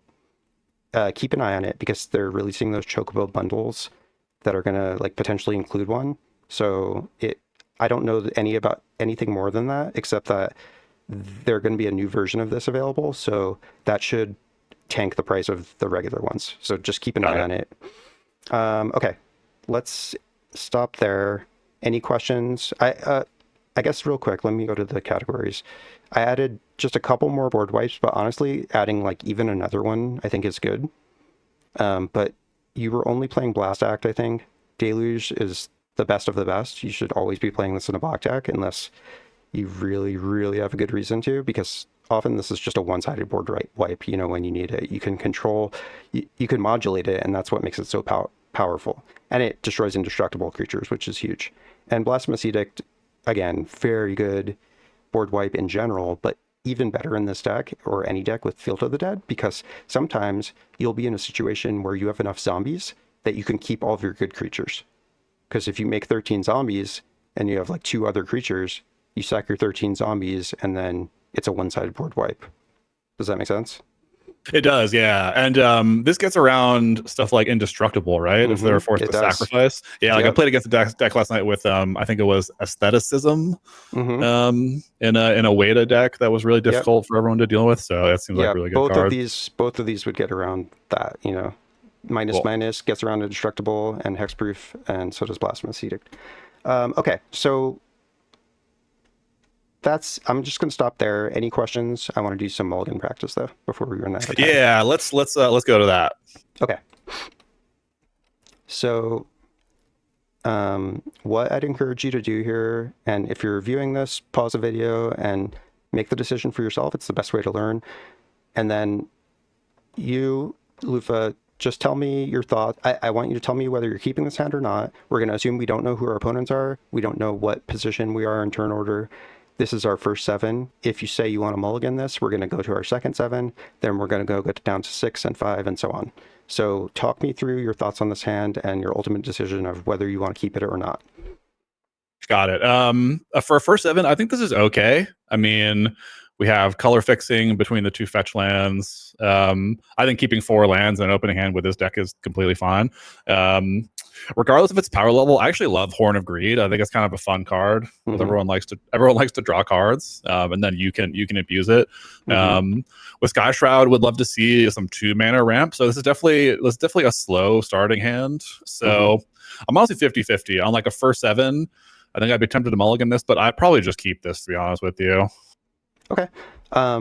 Before I forget, I know I added like maybe 10 or 15 cards. So if you need to see anything, just let me know and I'll zoom in on it. Take your time and read the cards because I know we didn't talk about everything. So I think this is a mulligan. Like, you don't need to keep a slow hand like this. The problem with this hand is like Skyshroud Claim competes with Hearthhull on turn 4. So, and you want to be playing Horn of Greed on turn 3? I guess you probably do, especially if you have no other play, but I just feel like we can do better. If you have nothing to do the first 3 turns that impacts the board, like think about tossing it. And I know we've got like some additional looks, so that does help, right? You know, I don't think you mentioned that, but I'm sure you realized that these fetch lands each represent an extra card we can see via Surveil. But even still, I don't like a hand that's this slow and that doesn't give us any options until turn 3. So I think when we've got the opportunity to try to find something really great, we should take it. That's just my opinion. This is, I think, almost certainly a mulligan for me. Okay. Is it with the same answer for you if we're on like 5 or 6 with this? Oh, I would definitely keep this if it was 6. Okay. Yeah. I think one thing I'm trying to be better at is especially using our first mulligan. That's what I mentioned, talking about like keeping a first 7. I've been trying to do a little bit or think about that a little bit more. the biggest mistake that literally every new Magic player makes is not taking enough mulligans. So even though there are going to be times where you're going to look back and say, damn, I wish I kept that first hand, don't ever let that be the data point that like sticks with you. There are going to be times where you mulligan this hand and you end up with a way worse hand and you're down to 5. It's going to happen. Like, that doesn't mean that you made the wrong decision here. You should not be results oriented with the decisions that you make. Do you know what I mean when I say that? I do, yeah. Okay, so like, don't let that happen. Don't look at the top. I mean, people, you know, I think like looking at the top or like, you know, drawing the next card or whatever, all it does is feed your brain bad data and affects your subconscious in a negative way. So I don't like to ever look. Plus, you know, if you believe in quantum physics or alternate realities, like, who knows? The top card could be changing all the time. So That's right. let's look at the next. So we're going to assume this is our second 7. Okay, this is one I added that you probably may or may not have seen. It's basically Elfin I do not know. Okay, it's basically a propaganda, but it's only 1 mana. It also has this extra bonus in that black creatures can't attack you, period. And the downside is it's got cumulative upkeep for 1 mana. And do you know what cumulative upkeep is?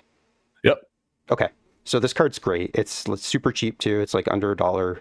Amazing card. I'd buy 4 of them and like play it in any deck where you need extra early game defense. Okay, so talk to me about this hand. Second 7, what do you think? Okay. Yeah, not super exciting, honestly. I mean, we've hit our land count. Probably keeping a 5 lander is probably a little bit too much. Early removal's good, but not really. Just because it's 2 mana doesn't mean necessarily it'll have something to do with it. So yep. I'm kind of down on this hand. Yep. So you're tossing it going to 6, you think? I think so. That yep. Elephant grass that was called, right? I mean, that's nice, but I don't think it would do a ton for me as like a turn. Yeah, I mean, there's no real gas in this hand. So this hand's got something going for it, right? It's got a plan. It's not a good plan, but there is a plan, which is like I place, you know, turn 1 elephant grass and then pay for it 3 turns in a row while I just like hit my land drops. Now, is that a plan that I would go with? Maybe if it was like going this or going to 4, I would keep this, but like this hand doesn't seem worth it. An average 6 is going to blow this hand out of the water. The one thing we didn't say is that Field to the Dead is the best land in the deck, so having it in our opener is definitely good, but I don't think this is a keep by any means. And feel free to, like, if you feel like a hand is a snap mulligan or a snap keep, like, you can shortcut and just say that, but I might ask you to elaborate. All right, so we're going down to 6. Here's our 6. I thought I cut this guy. The Sabatender. Hold on. We should do another. Let's cut him. I think I kept him because he was like the best of the cards, but you know, given our conversation, I think I would just recommend cutting this altogether. Do you like that plan? That sounds good. Yeah, I'm definitely willing to try a different play style. I assume Tanuk was there because of the card draw aspect. Let's add he's instead. He's good outside of, you know, just his group slug effect. Another card we can consider adding on that line is what is that card? Painful Truths. This is one we can consider adding. Anything that like gets us through. So we want to be playing 2 mana ramp, right? And I added the one you were missing, which is 3 visits. This is 3 visits in Nature's Lore are the goats. Like they're the best ones because they bring in a land untapped. You should probably be playing Rampant Growth too, just because ramping on turn 2 is so important that it's worth playing like even the bad 2 mana ramp. And if you aren't familiar, like haven't watched my like how to build a deck series, there are things called oracle tags, and if you don't know what those are, you can find them by going to the Scryfall tagger. It's basically a crowdsourced like tagger system. So I'm gonna shortcut and just use that, which is like ramp, I think it's called. And let's say we know there's sorceries, and let's say mana value is 2, and then order EDH track is going to give you the like most popular EDH cards first. So we've got Farseek, which is good. We can add Rampant Growth. Explorer, I don't love. We can skip that one, I think. You could play it. I think it's okay. There's, I think, one more that's like not great. This is actually probably playable because you've got 3 snow covereds. And if you added like maybe one of each additional snow covered, you could add this. So I'm going to put it in the sideboard for you. This one costs more. This one doesn't work. This is the one I was looking for. This only finds a forest, a basic forest, but I think that's fine. So let's add that too. Okay. All right, so we added 2 cards we need to cut 2. So I don't want to cut any of the draw. In fact, I think, like, if anything, you should add more draw. Has the Lumberjack been good for you? Not really, honestly. Yeah, I love this Yeah, I've card. usually, It's like yeah, a I've usually, it's like a dark ritual, you know? Like, I don't think this deck yeah, wants like dark. Are you playing dark ritual? I think like almost always no. I say play dark ritual, but not in a deck like that's ramping. So I think, yeah, cut the Lumberjack. I would play it in the same spots I play dark ritual, which is like if you have something nasty to play on turn 3 pretty often. Like, I love dark ritual and black decks that are playing like Phyrexian Arena and black market connections, because playing one of those on turn 1 just feels like, oh, how do you lose? This deck doesn't have a ton of stuff like that, so I don't think we need it. And then,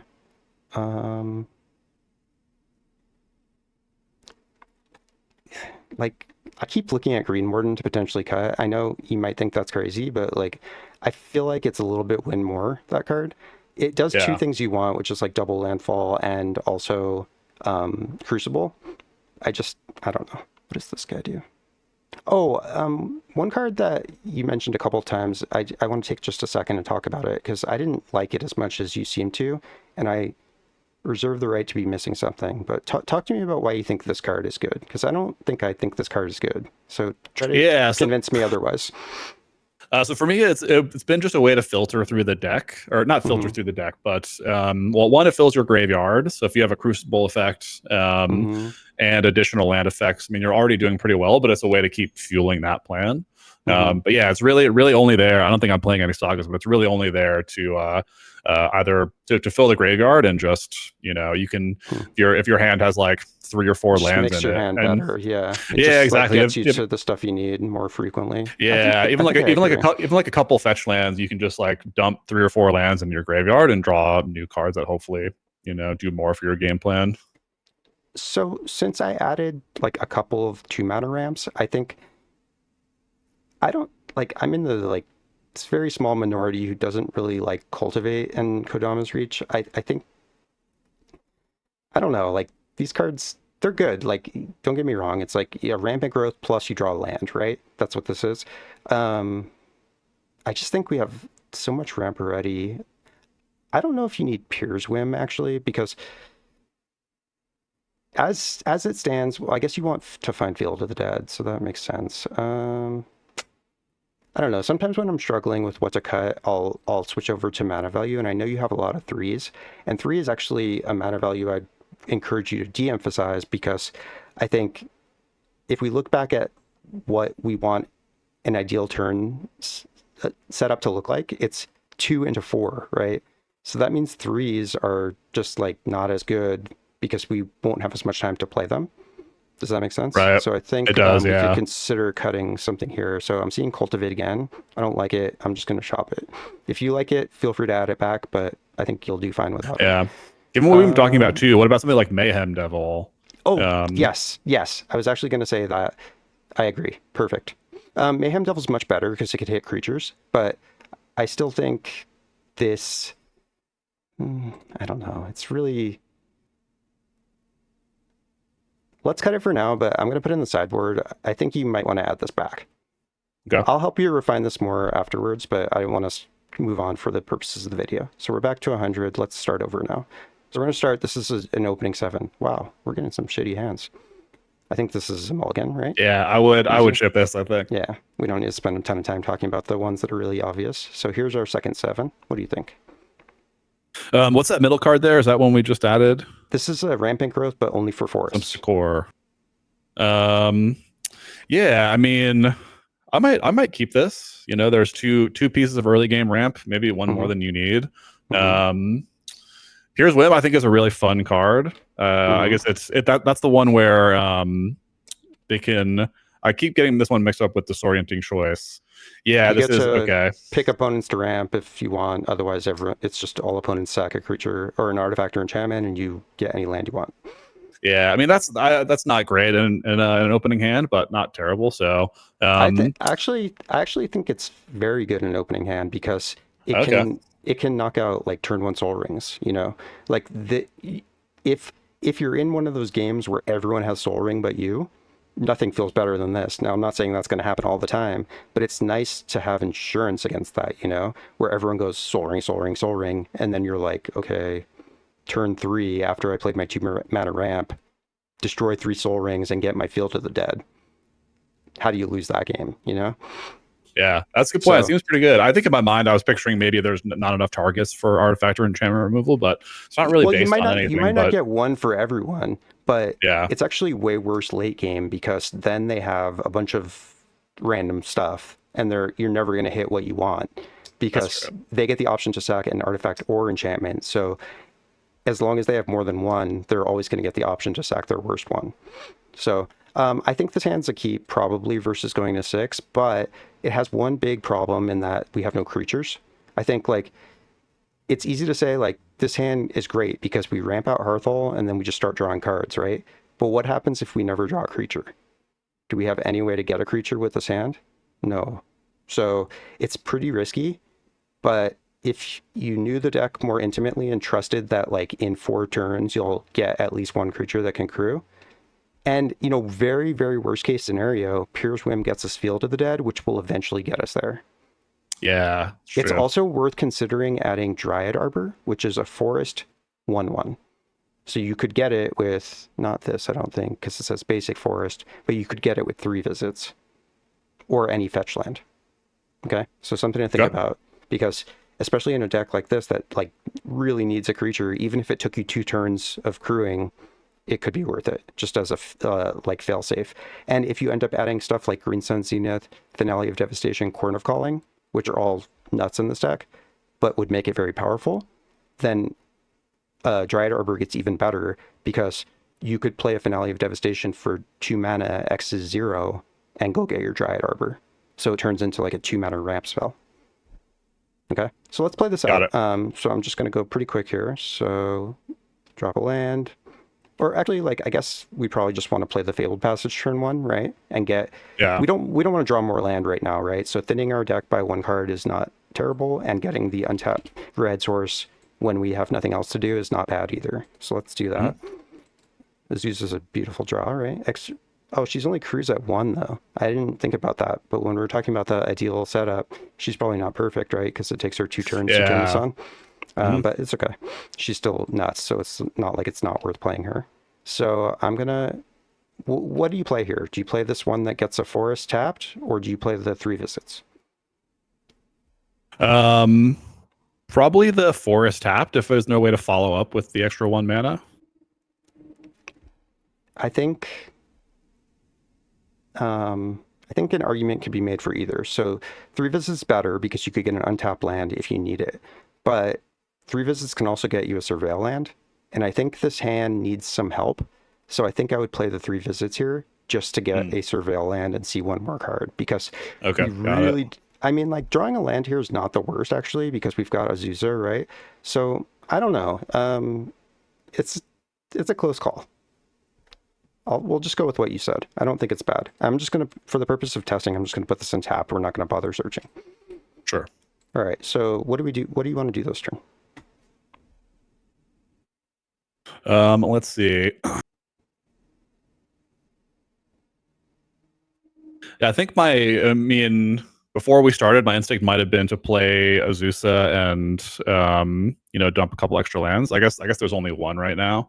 I'm trying to think of also good plays like we talked about is just running out Hearthhull here. Playing a swamp, playing Hearthhull. Next turn could play Azusa and Sakura Tribe Elder. And it's possible Pyrrh's Whim is a good play here. We don't know, though. Yeah, so, depending on what else is happening. You would know if it was. I think if you hit even 1 Soul Ring with this, you play it. Like, don't worry about getting max value. I think if you can slam someone's Soul Ring, or like if they played an early black market connections or something, you jam this no matter what. But let's assume that's not happening. So continue. Got it. So my thought was maybe Hearthhull this turn and then play the 2 creatures we have in hand next turn. But then that doesn't leave any mana to actually use his ability. But maybe that's okay. So is that your final answer? I was also thinking you could also you could also play this turn. You could play 3 visits and Sakura Tribe Elder if the game is really just kind of not picking up, like there are not a ton of threats on board or anything. That's probably the slowest option, but does get us 2 extra mana next turn where you could play. We haven't played a land yet, right? So like, Yeah, let's play a land. So we've got yeah, 4. sure. Play the swamp. I was gonna say you maybe like. Let's think about this differently. How do we engineer a situation where we can activate Hearthhull next turn? Because there is a way. So how can we do that? Because I think that is the best plan. So how do we make that plan happen? How can we activate him next turn? So if we need both of these creatures to station him. So if we play him this turn, assuming we don't draw an extra land or something like a Lotus Cobra. If we play him this turn, we can't station him next turn because we'd have to dump all five mana into these 2 creatures. Okay. So this turn we could play maybe the Azusa and the Sakura Tribe Elder. Play the extra forest, sack the Tribe Elder for end of next turn, and then play Hearthhull next turn and use those to station. Play the extra forest. Yeah, the extra forest in our hand this turn. But how are we stationing Hearthhull for 2 if we sacked Steve? Oh, that's a good point. Yeah, so maybe Azusa and 3 visits this turn potentially, and then hope she survives. So we drop Azusa. Oh, right? she's 3 mana. Okay, never mind. You were thinking she was 4? No, I was thinking I had enough mana to play an extra spell this turn, like an extra 2 mana spell. Well, but we do not. I guess we can. Yeah, we can drop the extra forest from her. Yep. And now we cast. And then it doesn't matter. But I think we definitely cast 3 visits because if someone played a 1 mana sweeper, we don't want Steve getting caught up in it, right? Because we don't want to have to sack him. So I think, given that we don't care if he has haste, we just play this, and this also lets us surveil, right? So this gets us a surveil land, right? Mm-hmm. And then we surveil. Do we want Oracle? That's an interesting one. It's a good card. Maybe it competes for what we want to do next turn, but I would probably leave it there. Yeah, definitely. We definitely want Oracle. It's not insane card. You never want to get rid of Oracle. Yeah. I mean, I wouldn't say never, but it's really good. Okay, so then we untap, we draw Oracle. One thing to consider is like, did we need a land there? Which we did to actually activate Hearthhull. So I didn't even think about that either. But we screwed up, right? So I think we should have been this. Yeah. So in the hope we draw land, we didn't. So bummer. We tried. We at least made the play that made sense. Let's do another hand. Go. All right. What do you think about this hand? So couple new cards here. So let me know if you need to read anything. Yeah, maybe Wheel of Misfortune. I have a rough idea of what it does. Let me just tell you what this does in a very short way. You should look it up how it works later because I don't want to spend a long time on it. But basically, this is going to discard your hand, draw 7. Just assume that's what it's going to do. Okay? You can engineer that to happen 99% of the time. Yeah. We could talk about it more later. Ask me in Discord later and I'll elaborate. But assume it's a 3 mana, everyone discards their hand, draw 7. Who wants to? Yeah, I think even just looking at the land count here, I would probably not keep this. I think keeping 2 landers in this deck is a little bit rough. So this is kind of like a 3-lander, right? Have you ever played with a bounce lands? I have not. Okay, so I have seen this card before though. Yeah. Yeah, so keeping a 2-lander with a bounce land is like a 3-lander because I go forest turn 1, bounce land, return the forest, and now I have a turn 3 land, and this one makes 2. Yeah. So it slows you down on tempo because this comes in tapped, but we've got Spelunking too, and Spelunking plus bounce land is like uber combo because it means that it's like an ancient tomb almost. So this hand is almost insane, right? If we had 1 more land, it would be like a slam dunk. As it stands, we have a turn 3 Spelunking, which very likely finds us another land. The chance, we have 42 land in the deck. The chance of us not drawing a 3rd land it would be our like 4th draw because we draw for turns 1, 2, and 3, and then Spelunking draws a card. I think honestly, like this is worth keeping. It's risky, and this is our opening 7, so I could be wrong, but like the payoff for this hand is so high. Core Vault is insane. draw engine. Crucible is really good. You have a like way to refill your hand. A single land, like it's a little slow, right? It would be great if we had a 2-mana ramp, but like it's hard. This is a tough one, and I don't blame you for saying to mulligan this, but I think like the upside of this hand is so high that it's worth going for it when you're running 42 land, because the chance of not drawing a third land in 4 draws when there's 42 land in the deck, I'm not that good at math, but it's got to be really low, right? Yeah, and you understand why definitely. we're seeing 4 cards, right? Because and then the 4th land gets us the mana for Skyshot Claim, which can get us red, and then we can refill our hand, and then it's like all gas from there, right? Got it. So let's just play it out and see if it works. Go ahead. Sure. I was real quick. So are you saying Spelunking interacts with the bounce land? Is it because it says put a land? Does it like not trigger the Enter's effect? It's because the lands. I misunderstand that? No. Your lands enter untapped. Oh, I gotcha. Okay. Yeah, this comes down. Normally like this comes down tapped, and that sucks.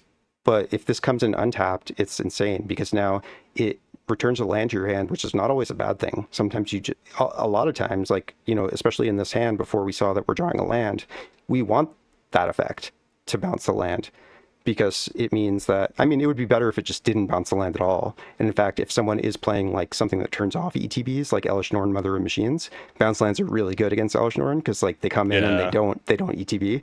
But anything that causes your lands to come in untapped make bounce lands like even more powerful. So that's what I meant. Okay. It's not necessarily that we're going to get to use that, because we might need to just play this first, or play the bounce land first, but it's still nice to consider how these work together if we happen to get lucky and draw into 2 lands in a row, for example. So we draw the land, we'll play the forest, nothing to do, go to next turn. If we had drawn a land there, we could still risk it too, right? We could. So like, what do you do this turn? Tough turn now. Are you a gambler? Well, I guess I don't see the gamble opportunity. So the gamble opportunity is you play the forest, and then if you draw an untapped land, then you play Spelunking, and that allows you to play this untapped. But if you don't draw an untapped land here, you're screwed, because now you can't even make a 3-drop. I think it's too risky. You have to play the bounce land here. Okay. Because it comes in tapped. Does that make sense? It does, yeah. So then we're going to have to discard to hand size, but that's fine. Like, what do you discard here? God, that's a good question also. I've really been burned by not having crucible effects when I need them. So I think that just might be recency bias. So I don't think I would pitch that. Definitely not. Yeah, I don't know. Maybe the Corvault's also a good card, but it's sort of the least impactful over the next couple turns. I maybe pitch the Wheel of Misfortune. I'm honestly not sure. It's definitely one of these two. Yeah. I think either is fine. I'd probably. Do you have Reanimates in here? I have a couple. I think I have like Eternal Witness. So maybe not Reanimates, but like a way to recover. Yeah. I don't think I have. It might be worth adding like 1 Reanimate effect, because especially with the bounce lands, it gives you this opportunity sometimes where you can get a creature in your graveyard early, and then imagine if you have a Reanimate or an Animate dead next turn. Becomes like such an explosive hand, right? Yeah. So I think fine. Let's just discard Corvold, whatever. All right. So what are we doing here? There's really only one option. So yeah, Spelunking. Yep. So drop the Spelunking. We put in we draw a card first. We put in this forest, and nothing else to do. Nice, we got a land. Okay, so what's the plan here? I think I might take your time. There's a lot of options here, so like, don't rush. Critical turn, right? What I tend to do when I'm playing in my local shop. Don't do that. Don't let people pressure you. Which is not good. Yeah. This is an ultra complicated turn right now, so I want you to be very meticulous here. And if people are rushing you, fuck them. Yeah, for sure. That's why I like playing with some of the lower powered pods. People are a little more forgiving, and playing with all a lot of the old heads are super nice. But yeah, they're like they do tend to rush you. Hey, this is a new deck and this is a complicated turn. Just give me a minute. Like, for sure. Anyone who like bristles at that and like gives you a hard time, they're not worth your time anyway. For sure. So we drew a red source, so we could play Hearthhull this turn. I would say So we have access to 5 mana potentially. So you could play Hour of Promise, go get a Field of the Dead. Could also run out Ice Till, which is really good. Although we don't have an extra. I guess we don't have a land in the graveyard, so we don't have an extra land to play this turn. That does set us up really nicely for the future, just because it's Crucible plus extra land on a stick. Sky Shroud's okay. Summer Bloom, also one of my favorite cards in the deck, just because it feels a little bit ridiculous when you actually hit everything with it. Okay, let me think through the next 2 turns, because what if I play Hearthhull this turn? So I have access to one mana, which let's just go through it. So so we have to play the mountain, right? Yeah, I have to play the mountain. So we're not committing to this line. We're just gonna see what it looks like. Okay. Yeah. So we tap, we leave this is our only option, is that we leave it like this, right? Yeah, so we have nothing to spend this green on, so we'd have to not use it, which is not great in early turns. Okay. And then next turn could play next turn we have access to 5 mana, so you could play Ice Till and station it, but that doesn't seem great. Yeah, let's look at other options this turn, because there's a couple of very strong plays here, but they might be hard for you to see. So I just want you to think a little bit about it. And we're not going to assume anything. We won't assume that we're milling any particular thing, or if that we cast Wheel, we're going to draw anything. So don't worry about those things. I'm talking about all guarantees. Got it. Yeah. Okay. Sounds good. Yeah. If there's a line with Wheel and I definitely don't see it. I don't think there is. Yeah, I might. Could you mouse over our Promise one more time? Yeah, I know it's get 2 lands. And they enter deserts are not relevant. Yeah, so we have we it would be very strong to get Field of the Dead and another mana source with this. Field of the Dead wouldn't be online for another couple turns potentially. So I guess do you have any lands that can make 2 mana? This bounce land, there's no Ancient Tomb in the deck. None come to mind. I can't think of any. So I did, there's Lotus Field, right? But that bounces 2 lands. It doesn't bounce 2 lands. It sacks 2 lands, right? Sacks 2 lands, right? Okay, so you could maybe get a Crucible effect out. So yeah, I feel like I'm getting closer.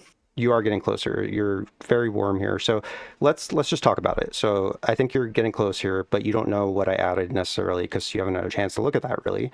I did add another bounce land. I added 2. So I added both of the green bounce lands, which I think are the critical ones. You could, I think there's an argument to be made to even adding the third one, which is the black and red one, which is by far the worst. But in a situation like this, it would be so strong if we could grab both bounce lands. Because what could that enable us to do? I mean, Lotus Field might be even better, though. I hadn't even remembered that. So let's just go down this option. We have Spelunking, don't forget, right? This card is insane when you have something like Hour of Promise that would bring in 2 lands that enter tapped, but all of a sudden now they don't. So what if we tapped out, played Hour of Promise, okay? Go in, we're going to grab the other bounce land, which is Growl Turf. And we're going to grab Lotus, whatever, Field. Yeah. Okay. So both of these would enter tapped, but they're not going to, because Spelunking OP. All right. So, but we do still have to deal with their ETB effects. So we get to order these in whichever way we want. But I do want to caution you that if you don't have 2 lands to sack, you have to sack Lotus Field, because it is a land. So we can't cheat it in that way. So we should do the Lotus Field first, because we know we need to sack 2 lands. So I think we just sack the mountain, because we already have two red sources coming in, and mountain is just by far the least important color in the deck. So let's sack these 2. And then we've got to bounce a land. Now, have we played a land for turn yet? I think we played the mountain. Or maybe we have not played a land. Oh, okay. Okay, so our options are bounce forest or bounce Golgari Rot Farm. Why would we want to bounce a bounce land? Well, when Spelunking is out, it's actually really good, because every time we get to replay this is making us 2 mana. And we're going to have to bounce another land when it enters, but that downside is mitigated when you're making 2 mana immediately. So I don't know if it's the right play, but it's worth considering bouncing this, because then if we play Summer Bloom, so let's just walk through this potential scenario here. How much mana could we make if our only desire was to make absolutely as much mana as possible? Well, it's actually quite a lot, right? Because now we have 5 untapped mana here. You see that? Yep. Okay, so let's say we bounce this Golgari Rot Farm. We've not played a land for turn. So let's say I want to tap this for 2 mana. I'm going to open up the mana tracker here. Okay, so we're going to add those 2 mana. Now I'll play this as my land for turn, bouncing this. Okay, still have 5 mana open. So let's say I tap these for all mana, 5. Let's go 1, 2, 3, 4, 5, something like that. And now I've got 7 in the pool. Again, my only goal here is to make as much mana as possible. What do? I play Summer Bloom, of course. So we'll use that mana. What do I remove? So now we're down to 5, but we can play 3 more lands this turn. So I could go +2, +4, +6. So then we're up to 11 mana. Are you seeing the nuttiness of the bounce lands now? I do, yeah. I see the vision. Now we have 11 mana, and compare that to what we were considering, which was playing Hearthhull and doing nothing. Now we have 11 mana. Instead, we can cast Skyshroud Claim. We'll go down to 9 mana, but we'll ramp 2. We could get 2 Surveil lands, and they come in untapped. We could play Crucible, we could play Icetail, we could play Wheel of Misfortune, draw a whole new 7. Like this, you just win here. Like this combo, Spelunking, and this is why Amulet of Vigor is so gross too, because it does the same thing as Spelunking. And you've got that creature version that is also really good. So put a lot of weight on these cards. And this is why I told you it's worth rolling the dice on this hand, because I saw this playing out like this. So you'll get this more as you goldfish more. Cool? Cool. Yeah, that's really interesting. No, that's great. Okay. I hadn't really thought about Spelunking in those terms. I think I was more focused on the untappers in terms of like big flashy plays, like with Splendid Reclamation and like big restoration effects, I think he called them. But yeah, it's seems very good. Especially with Lotus Field. Like, you know, in theory, we could have done the same thing. We could have bounced, instead of the bounce land, we could have bounced Lotus Field, brought this in again at the very end and sacked our last 2 lands and made 1 extra mana. So we could have even gone up to 12. It would have required that we sack all lands but this one. But if, you know, the exercise was just make as much mana as possible, we could have done that. Let's do 1 more. Right. All right. Keep or mull? Let's see. Not a terrible hand, I guess. Horizon Explorer gives you something to do on turn 3, but I don't know. This seems there's what did I say ramp. The first hand. Nothing to do till turn 3. First 7. Yeah. Toss it. All right. You need a. If you're keeping a hand where there's nothing to do till turn 3, it needs to be like fucking gas. Like you need to be like popping off on turn 3.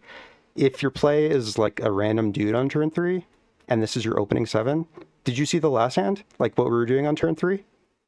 That's what you want to be doing on turn 3. Got it. Like I guess that was turn 4, but like we were like preparing for a turn like that.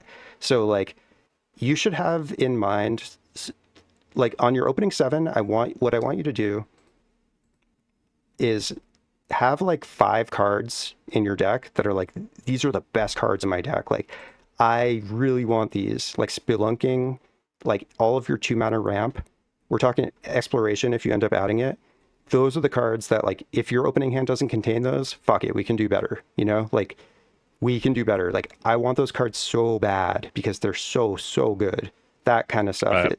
That's, like, what you should be doing with your mulligans. Don't, like, try to justify a bad hand because, like, maybe it works out because of this and this and this. Just think of those, like, nuts hands and shoot for those. And then you could start compromising as you go down to second 7, down to 6. Does that make sense? It does. Okay, so here's our second 7. A little bit sketchy to keep a 2-lander, although I guess you do have 2 mana ramp. Before I forget, I think you should cut this. I don't think this aligns with our like plan of what we want to be doing. Like it's a whole separate thing. It's nice that it crews Hearthhull or whatever for 2, but like I don't know, like our permanents that are in our graveyard are not that important that we need to like have a way to get them back. It's going to work out sometimes. I think this is I love this card. Like, first of all, don't get me wrong, this is a very powerful card. I just don't think it necessarily aligns with the plan that this deck wants. So I don't want to edit the deck right now. I just wanted to tell you that I had been thinking that, and I wanted to take a second to say it. So sorry to interrupt. Tell me your thoughts on this hand. No, that's okay. Yeah, I think the list where I found 6 in also cut it as well for a specific reason. Yeah, it's never won me a game. I think some of it comes from inexperience of like being afraid of maybe milling some critical piece that I really want, and maybe there's a way to get it back, but I don't think that's the right I just think right it's approach. like not the same plan as what this deck wants to be doing. It's like too much of a diversion. Okay, so anyway, regardless of that, what are your thoughts on this hand versus going to 6? I think it's okay. I definitely don't like keeping 2 landers with this deck in particular, although there are 2 pieces of 2 mana ramp, but it's you could very easily like low roll on your draws and start to miss land drops eventually. So let's say that did happen to you. If that happened, obviously it's not good, but like if that did happen, what are the silver linings based on this hand? This is a tough question, so if you don't know what I'm getting at, then just let me know. Yeah, I mean, I have an answer. It might not be what you're thinking of, but yeah, basically access to efficient ramp. With ramp and growth, from that, you'll. I honestly can't think of much. Let's say you miss like 2 land drops, and you're like, damn, like I'm ramping, so that's okay. Like I'm making up for the land drops, but like I'm spending 2 mana to make my land drops and a card. That's not what you want to be doing, right? How does the game play out when this is happening? And you're like, let's say, let me rephrase this. So like, let's say you're seeing this happen to someone else, right? They're playing a land stack and you know they have like a lot of land in their deck and they're still missing their 3rd and 4th land drops. Like, what are you thinking and how are you adjusting your gameplay based on that happening to someone else when they're like getting frustrated and that's happening to them?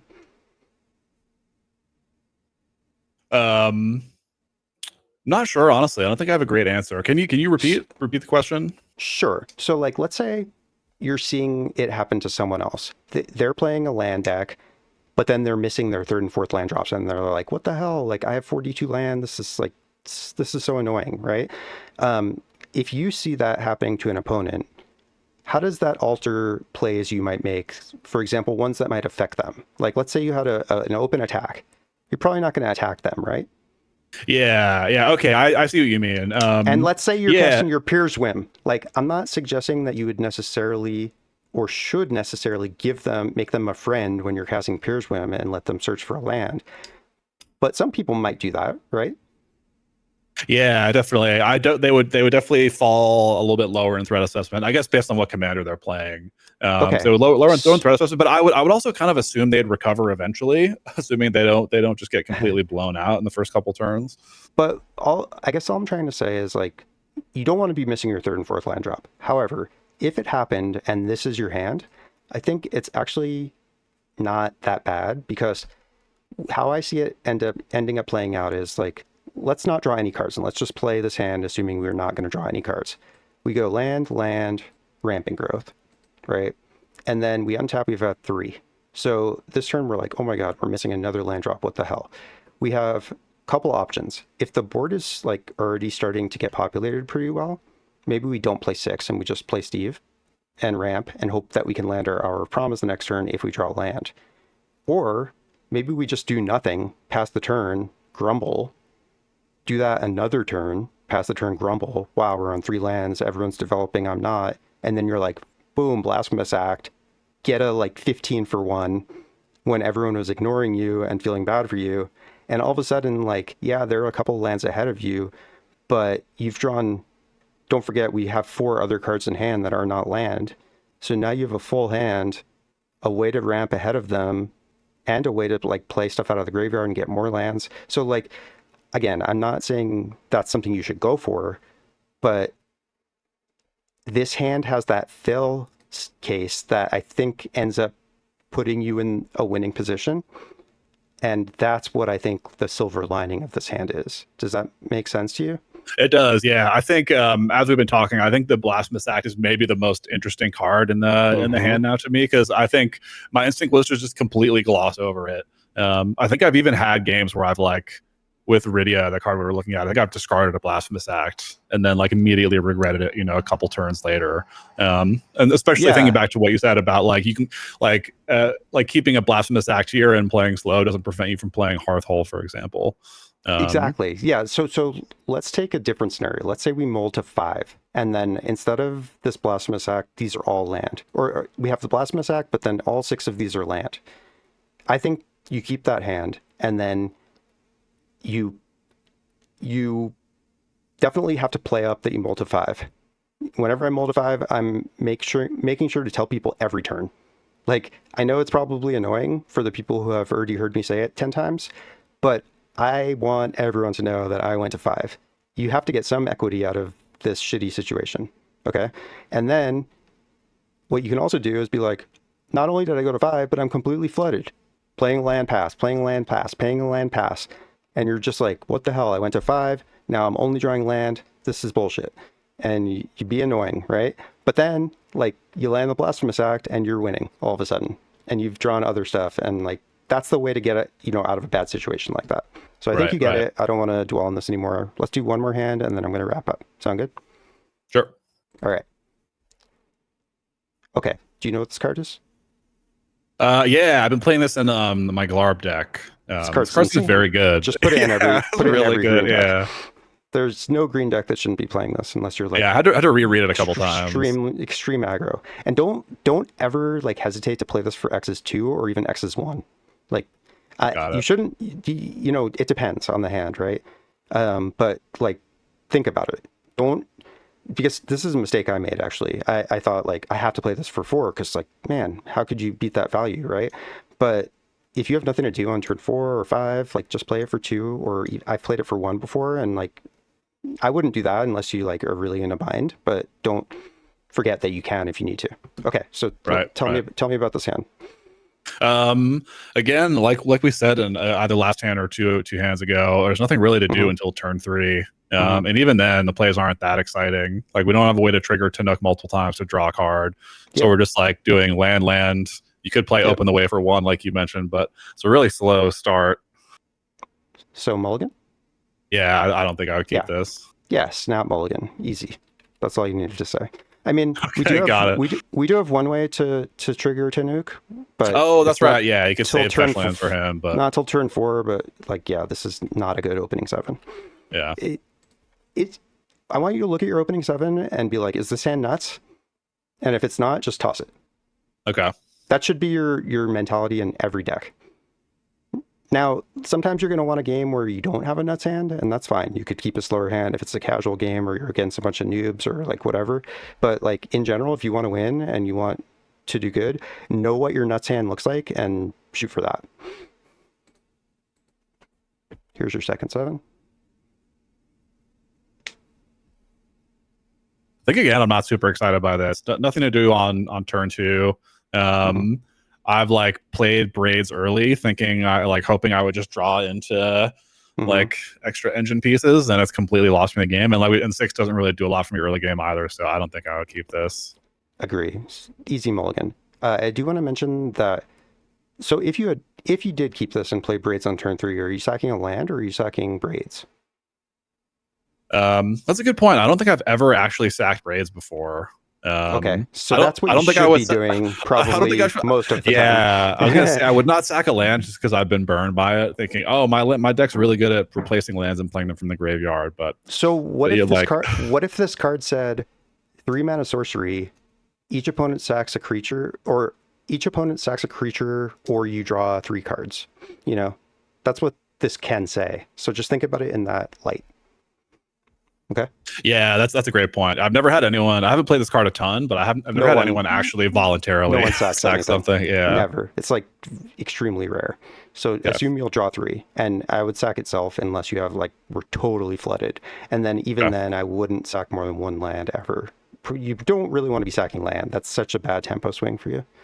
Okay, so I think we're going to 6 now, right? Yeah. Okay.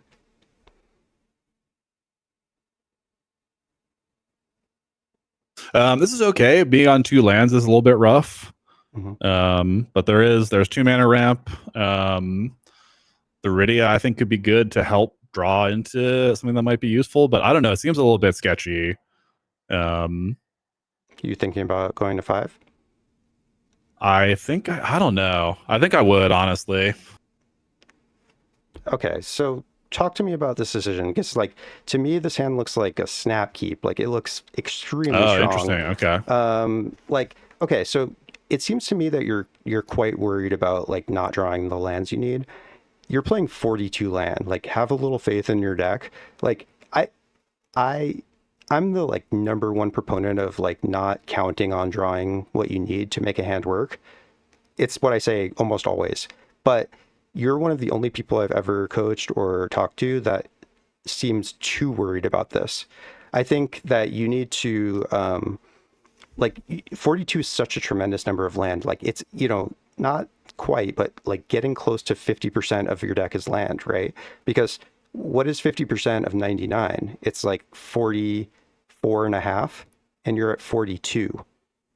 And then if we say we've got 92 cards left in our library, we have 2 lands in our hand, so 40 cards out of 90 are land, right? So that means that on average, every other card should be a land, a little bit less than that. By when do we need to draw our 3rd land to ensure that we have it? By turn 3. So we'll have drawn 3 cards by then, right? And it'll be even, well, this won't help us find our 3rd land, but it will help us find our 4th land. And that's huge. And actually, yeah, so like, let's say we don't draw any land, right? So this is how I like to think of things. Oh, this only makes black though. Okay, so that's a little bit worse. What I was gonna say is if we don't draw anything, we play her, but we can't do this. This is what I was thinking. We play her, and then the following turn we still don't draw land. We could play Rampant Growth, and that at least gets us another draw off her. Right. But that doesn't work because we have only this black source, so we have to play this, and then we at least can get 6 down then. Does this let you play lands from the graveyard? No. Okay, but at least it can make a lander, you know? We've got all of these like outs, even if we draw no land, because we have 3 here, and 6 finds us lands. Like he will definitely find you a land if he attacks. So while he's in the deck, at least consider that to be a, you know, somewhat of a safety valve. So I think this hand looks really good to me. And I think the chance of us finding 1 land in the next 3 cards, it's got to be like 80% or higher. So just have a little faith in your deck. The reason you're playing so many lands is that one of the reasons is that you can keep a hand like this, and the chance of you not finding one in the top 3 cards is so low. And even if that does happen, we have stuff to do. So this hand looks way better to me than a 5. To be honest with you, to be like completely honest, I think I would keep this as an opening 7. Okay. Because you've got such a density of land. So just have a little trust in your deck, and that if it doesn't work out and you draw 3 non-lands in a row, you could say, man, Matt's dumb. Like, don't listen to him. Whatever. Give me a refund. Whatever. No, don't do that though. Okay, so let's play it up. So this was our 6, right? So we do have to bottom something though. So what are we bottoming here? Maybe the Horizon Explorer is the least impactful. Definitely. I'm glad you said that. I was hoping you weren't going to say the Oracle. I think it's tempting to say Oracle because it's the highest mana cost card. We're farthest away from playing it. But this helps draw us out of our land troubles, right? By finding land on the top. So I think this is important. 6 is important. I think this is the least important piece in this hand by far. So good call. I like your choice. All right. Let's draw for turn. Easy. Never punished. Right. All right. So we'll play this. We'll fetch some sort of green surveil land. We'll surveil. That's another thing to consider is like any fetch land that we draw helps us find more land too because of surveil lands. All right. We're leaving that on top. Right. Don't ever bin this when you're like, oh, I'll draw more land. Don't do that. Right. Because I've done that. Okay, I got it. I've got ingredient done that and it doesn't work. All right. Next. What are we playing here? Would you want to try and play the Rydia this turn that we had talked about? It's your deck. I can help. Would you? I mean, it's either that or Rampant Growth. I know what the options are, and so do you. Yeah, I'm talking through it. Yeah, I know. Just messing with Command Tower was the land for this turn, right? Yeah. We're assuming that you can Um, play this. Like, don't worry about colors. yeah. You've got the colors. Um, I don't know, honestly. Yeah, maybe I'd be tempted to just rampant growth here, honestly. Why? Um, Gets us to Oracle of Moldiah next turn. Bingo. Easy. Yeah, Don't it's a good, it's a overcomplicate good it. card. Don't Okay, overcomplicate it. Ramp out Oracle and win. This is yeah, for sure. It's Oracle definitely is the like most. the OG I win card. Like, this doesn't get answered, you win. Got it. Every land you play off the top is drawing a card, and you get an additional land every turn. This card is crazy good. Like, and if people don't respect it enough, this should, like, if your opponent plays this, this is a stop what you're doing and destroy that kind of card. Okay? And the reason it's extra powerful is no one thinks that. But you will lose a game from having an unaddressed Oracle on the other side of the board, period. Yeah, definitely. Yeah, as I've been playing Glarb more, I feel like I've come to respect the Mhm. like the fact, you know what I mean, like the card advantage that comes from this. Yep. All right, so we're going to rampant growth. We'll go to our next turn. Here we play Pier's Whim if it makes sense, right? Like, if you're going to hit, it's even worth like slowing down on the Oracle, I think. If you're hitting anything of value, if you're only going to hit like one person's Arcane Signet, I wouldn't do it, because it's not worth the negative, like, goodwill, the bad will you'll get, so to speak. But if you're going to hit anyone's Soul Ring or Exploration or Smothering Tithe, like, you know, Heuristic Study, Mystic Remora, Right, anything right. like that, like, just slam this, because it's not always easy to get value from this. So if you can hit anything like meaningful, just play it when you can, because you'll be, you know, as you play with this card more, you'll be unpleasantly surprised at how often this is ineffective. So I'll just Got it. warn you about that. So just play it Okay. when you get opportunities to where it's good. Just do it. But in general, play Oracle. We'll look at the top. Easy. Surveil. What do we do with this land? We're gonna draw it next turn, so we can't play it with Oracle. Yeah, so we have one land in hand. We could still play 2 lands next turn. I might leave it there. Just be greedy and guarantee you can play 2 lands next turn. I think being greedy is spinning this card, and I agree that you should be greedy. Just to hope to see more gas. Yeah, like what does this hand got going for it right now? Besides Yeah, the Oracle is not already in play. We don't want to draw land here. Like, not who much. cares about, like, at this point, with the board state as it appears, this is turn 3, right? And you have 5 land in play. Do you want to draw land right now, even if it means that you might miss one of your 2 land drops? Hell no. You need some action here. Like, I think you need to recognize when to change gears and say, like, okay, yes, it's great if you hit your land drops every single turn, but we're already so ahead on land. This is turn 3. Just want to repeat that. Turn 3, we have 5 land in play. We're guaranteed to have 6 land next turn, and then, you know, ideally we find even more. And if we don't, we have a way to shuffle, or we have a way to loot away stuff. This, in combination with Oracle, is extra powerful, right? Because knowing what's on top allows us to clear stuff and find more lands to play with Oracle. So I think any answer that isn't slam this card into the graveyard, like it's like the worst card you've ever seen, is wrong. Okay. I'm not trying to be mean. I just want you to understand the gravity of, like, this is like saying to keep this card is a big mistake, I think. Maybe like one represents like one of the biggest mistakes I've heard you make, because I get it. Like, I'm not saying like I don't understand why you would say this, but like we have 1 land in hand already, right? We really don't want to be playing lands from hand, because any land we play off the top with Oracle represents a card we essentially drew. That makes sense to you, right? Like, conceptually? It does, yeah. Yeah, so like drawing a land to our hand, because we have no way to ensure that this remains on top. If you had a Sylvan library or something, which I did add to this deck, by the way, and if you don't have one, that's like one of the first cards you should get, because it's just like literally one of the best cards ever. That, like, with Oracle is like such a killer combo, because you could stack the top perfectly every time. But without some sort of way to do that, having this land in our hand is just like, it's never what we want. we want another draw piece that might just draw us natural lands, but really we want to be playing stuff off the top. And with the righty in hand, being able to like control the top. Anyway, so I'm not gonna dwell on this anymore. Been that. No, yeah, no, that makes sense. Yeah, I think like wanting to keep that just comes from a place of like maybe a slightly irrational feel or fear of missing out on value from this card. You know what I mean? It's like, oh, I need to hit my 2 land drops. It's going to help me later in the game.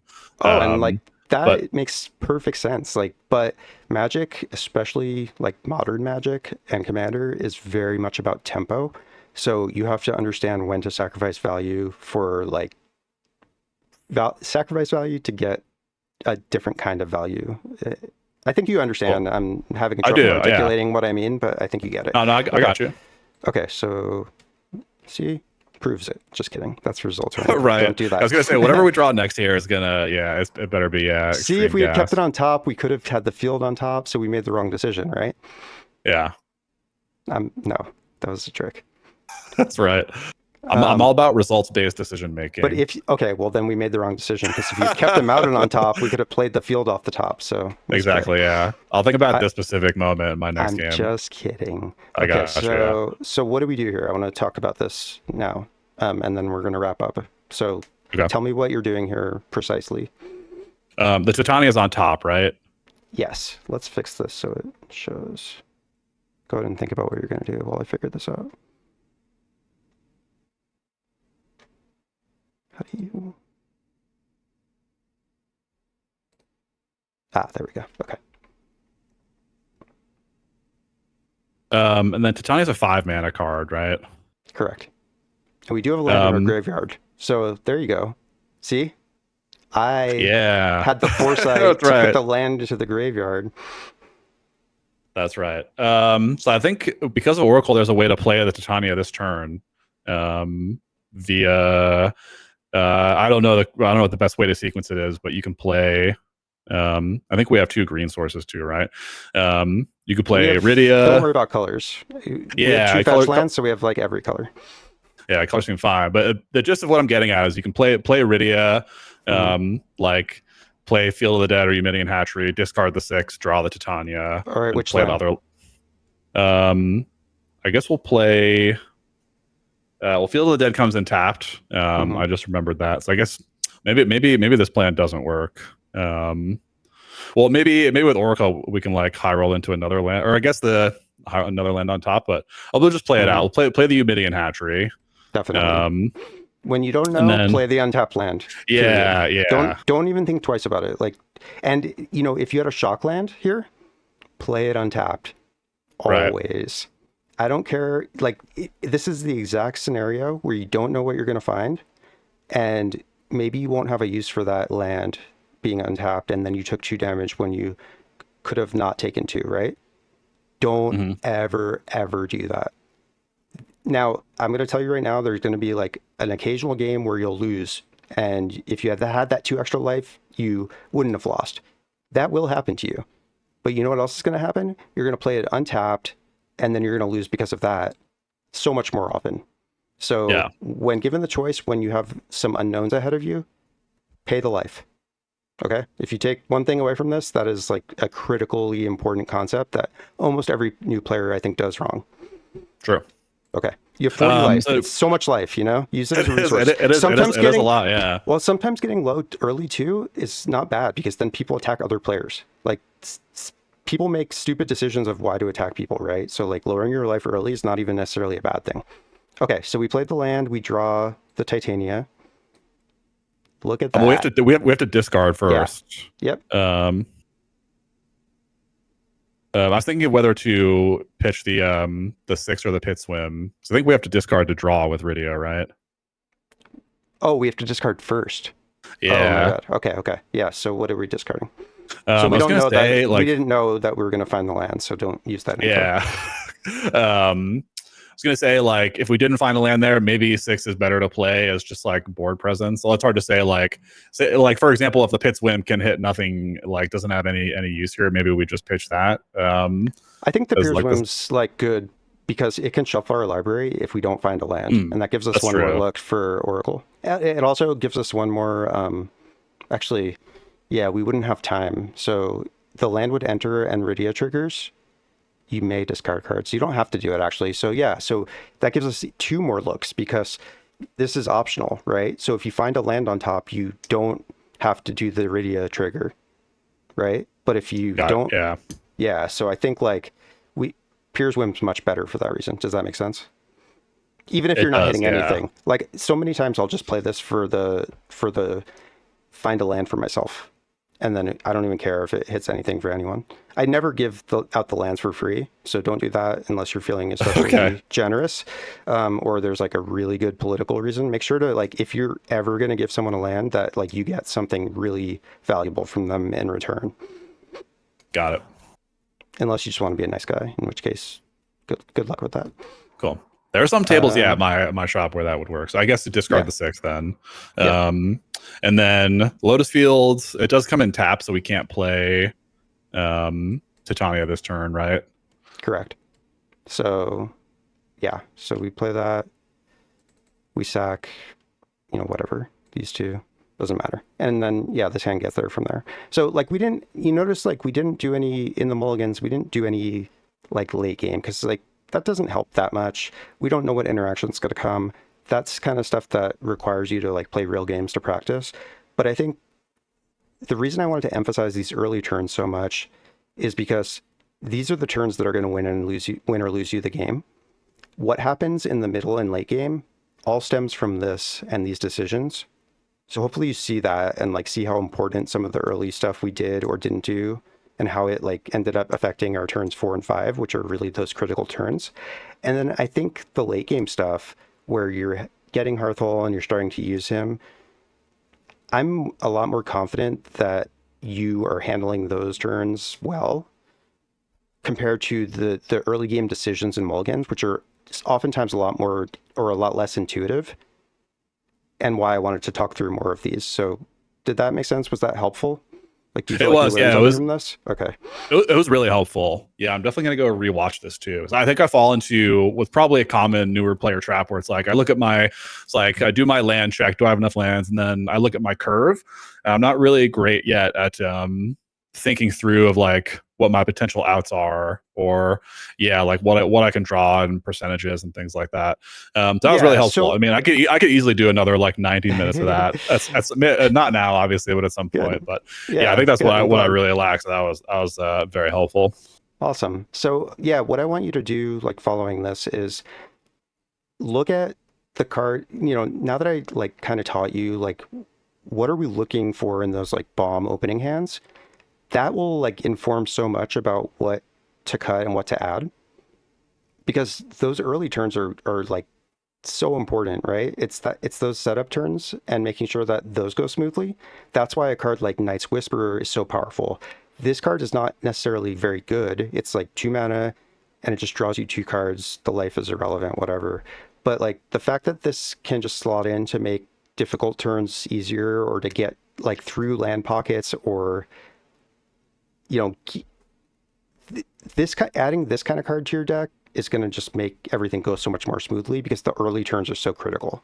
So that's how I think you'll have an easier time knowing what to cut and what to add based on these hands we've done, and you'll be able to like have a better time with this deck. So let me know how it goes. Like, by supporting me on Patreon, you helped me toward my dream of quitting my day job and opening my own local thank you. I appreciate it. Yeah, this was you can earn credits that you can use toward in-depth and detailed deck reviews, one-on-one coaching sessions, custom tokens, and more.